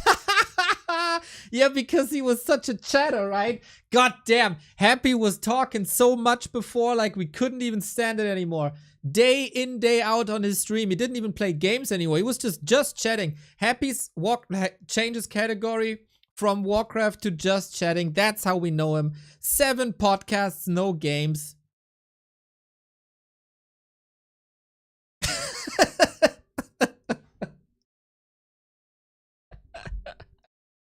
Of course, mate, of course. Guys, do you want some good news? Do you want some good news? Can I get a W in the chat if anybody wants good news? Is anyone a fan of good news?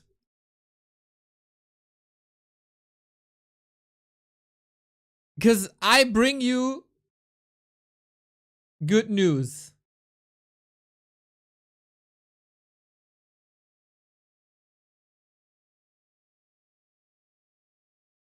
I'm not stalling at all. I just have to adjust something. W in the chat. No.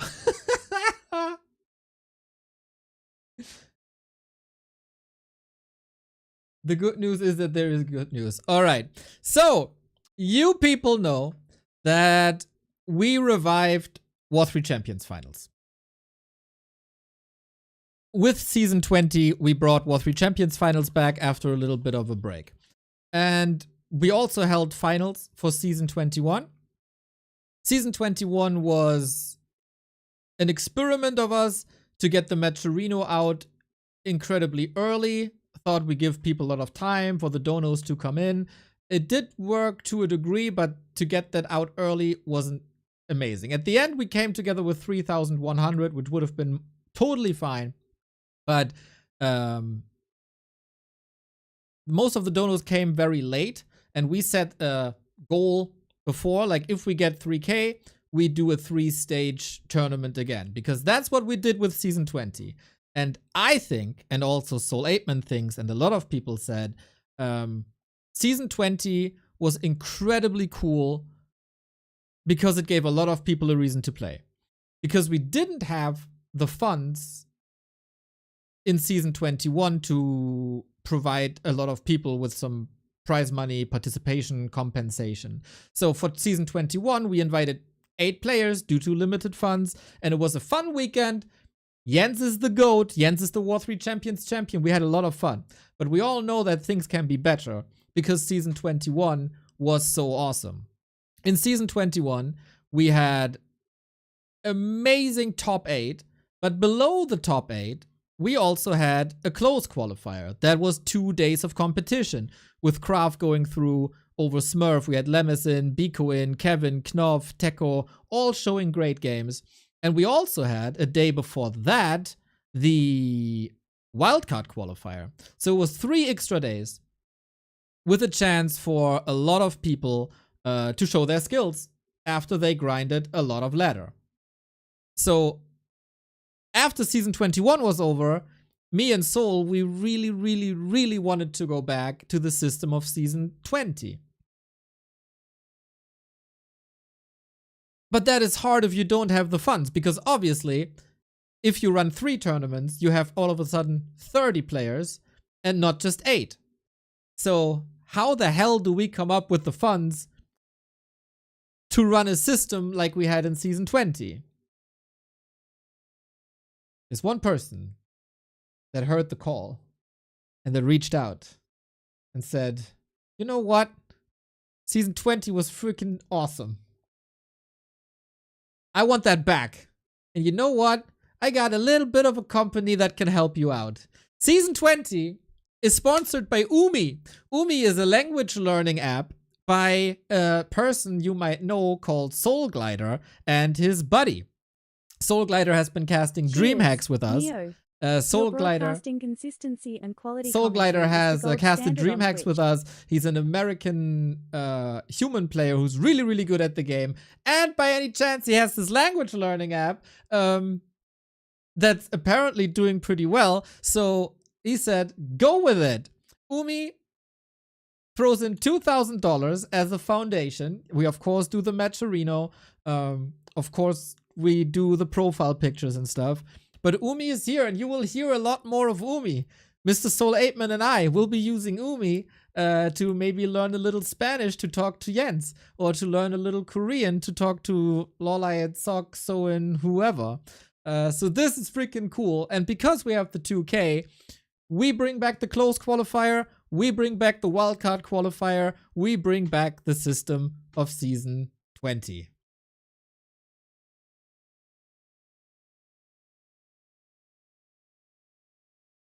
Woo-hoo! If you want to show your support, we have a tracking link. ! Umi. This is the... Hey, go away with your Prime thingy. There we go. That's the tracking link to show Soul Glider and the Umi people that you heard the news. It leads you to the App Store, either the Google Play Store or the Apple Store. You can download for free. Try it and then decide if that's for you or not. I see we have an ad running, unfortunately. So I tried it already, and it's really cool because it helps you learn this. Not like this is a word, this is the translation. That is rather boring. Does it in a nice way that it plays little clips. So you hear also how the word is spoken, and you learn little chapters, you know? It's really nice. Currently available for Spanish, German, which I, of course, don't have to learn, but Spanish, German, Japanese, French, and South Korean. So we can start learning Spanish for Jens and Teko. Soul can improve his German to say der Schorsch and Sparta better. For Japanese, we gotta find a Japanese gamer. Maybe Soul can learn Japanese to talk with the angry Japanese player on ladder. We, of course, can maybe talk a little better to LeCraft, who's making an effort to speak English, and Korean as well. So, super duper mega cool. Soul Glider. Can we get a wall of hearts in the chat for Soul Glider, who's here with us? So, yeah, $2,000 for the War 3 Champions Finals already. We have dates set for the War 3 Champions Finals as well. Qualifier weekend is October 17, 18, 19. And the final weekend is October 24, 25, 26. Thanks to Umi. So, you know the sponsor, you know the initial prize money. Soul Glider said if we do well and download some apps and click the link like absolute madman, this might not be a one-off. So I hope you're motivated by that. You guys were really good at clicking links before. I trust you. I trust you. I have it on my Android phone. This is part of my morning. I have like 3 stables in the morning now. Coffee, Soul Ape Man, and Umi. Since we talked about this for a little longer already. Yeah, that's the good news. So I hope this gives more people an incentive to grind the ladder. Because they know that it's not only the top 8, but it's the top round about 24, top 30, more or less. Soul will come up with a rule set, I'm sure. So download the heck out of it, man. Download the hell out of it. This will, of course, be part of our rotation. And you'll see and hear more down the road. Yeah, that's the good news. I'm very happy that after 21 seasons, we got our second sponsor. Oh, that's cool. It's really cool.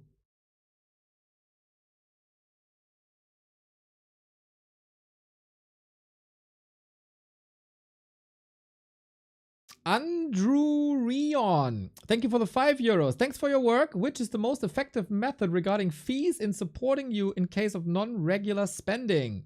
Greetings from the Ruhrpott. Direct donations or tournament sponsorship?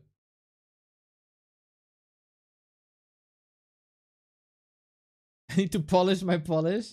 Yeah, Teco, next time we meet, I'm gonna be fluent in Spanish. Andale, andale. Would you say Umi is better than Duolingo? I never use Duolingo, so full transparency. But I'm not great at learning languages.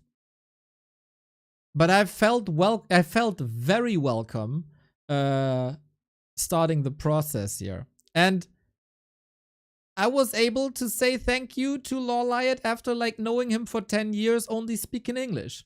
So that has helped.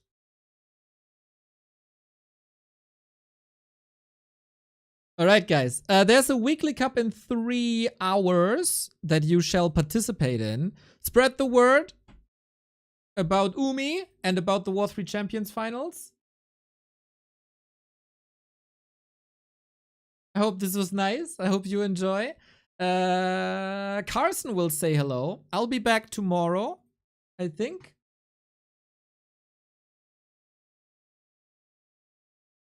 For the Super League games. Treasure chest. Yeah, love to see it, mate. Love to see it. So I take a little early break. Carsten's going to be there tomorrow. Later, you can sign up for the weekly cup with the link on our homepage and on warcraft3.info. Boom. There it is. And then have some fun with Carson and the Warcraft scene as a whole. I think I rate you over to Ox. Because everything around me looks like shit. And maybe it's time to clean this up a little bit and have a Sunday. I appreciate you, everybody. Today was rough. We came in here hyped. But we had a good talk afterwards. We're all a little bit disappointed. But I'm sure the games in the weekly cups will be amazing. So have fun with Ox and watch Soul whenever he's online. Play War 3 Champions, support War 3 Champions. Download Umi with our link with !Umi. And in general, take care.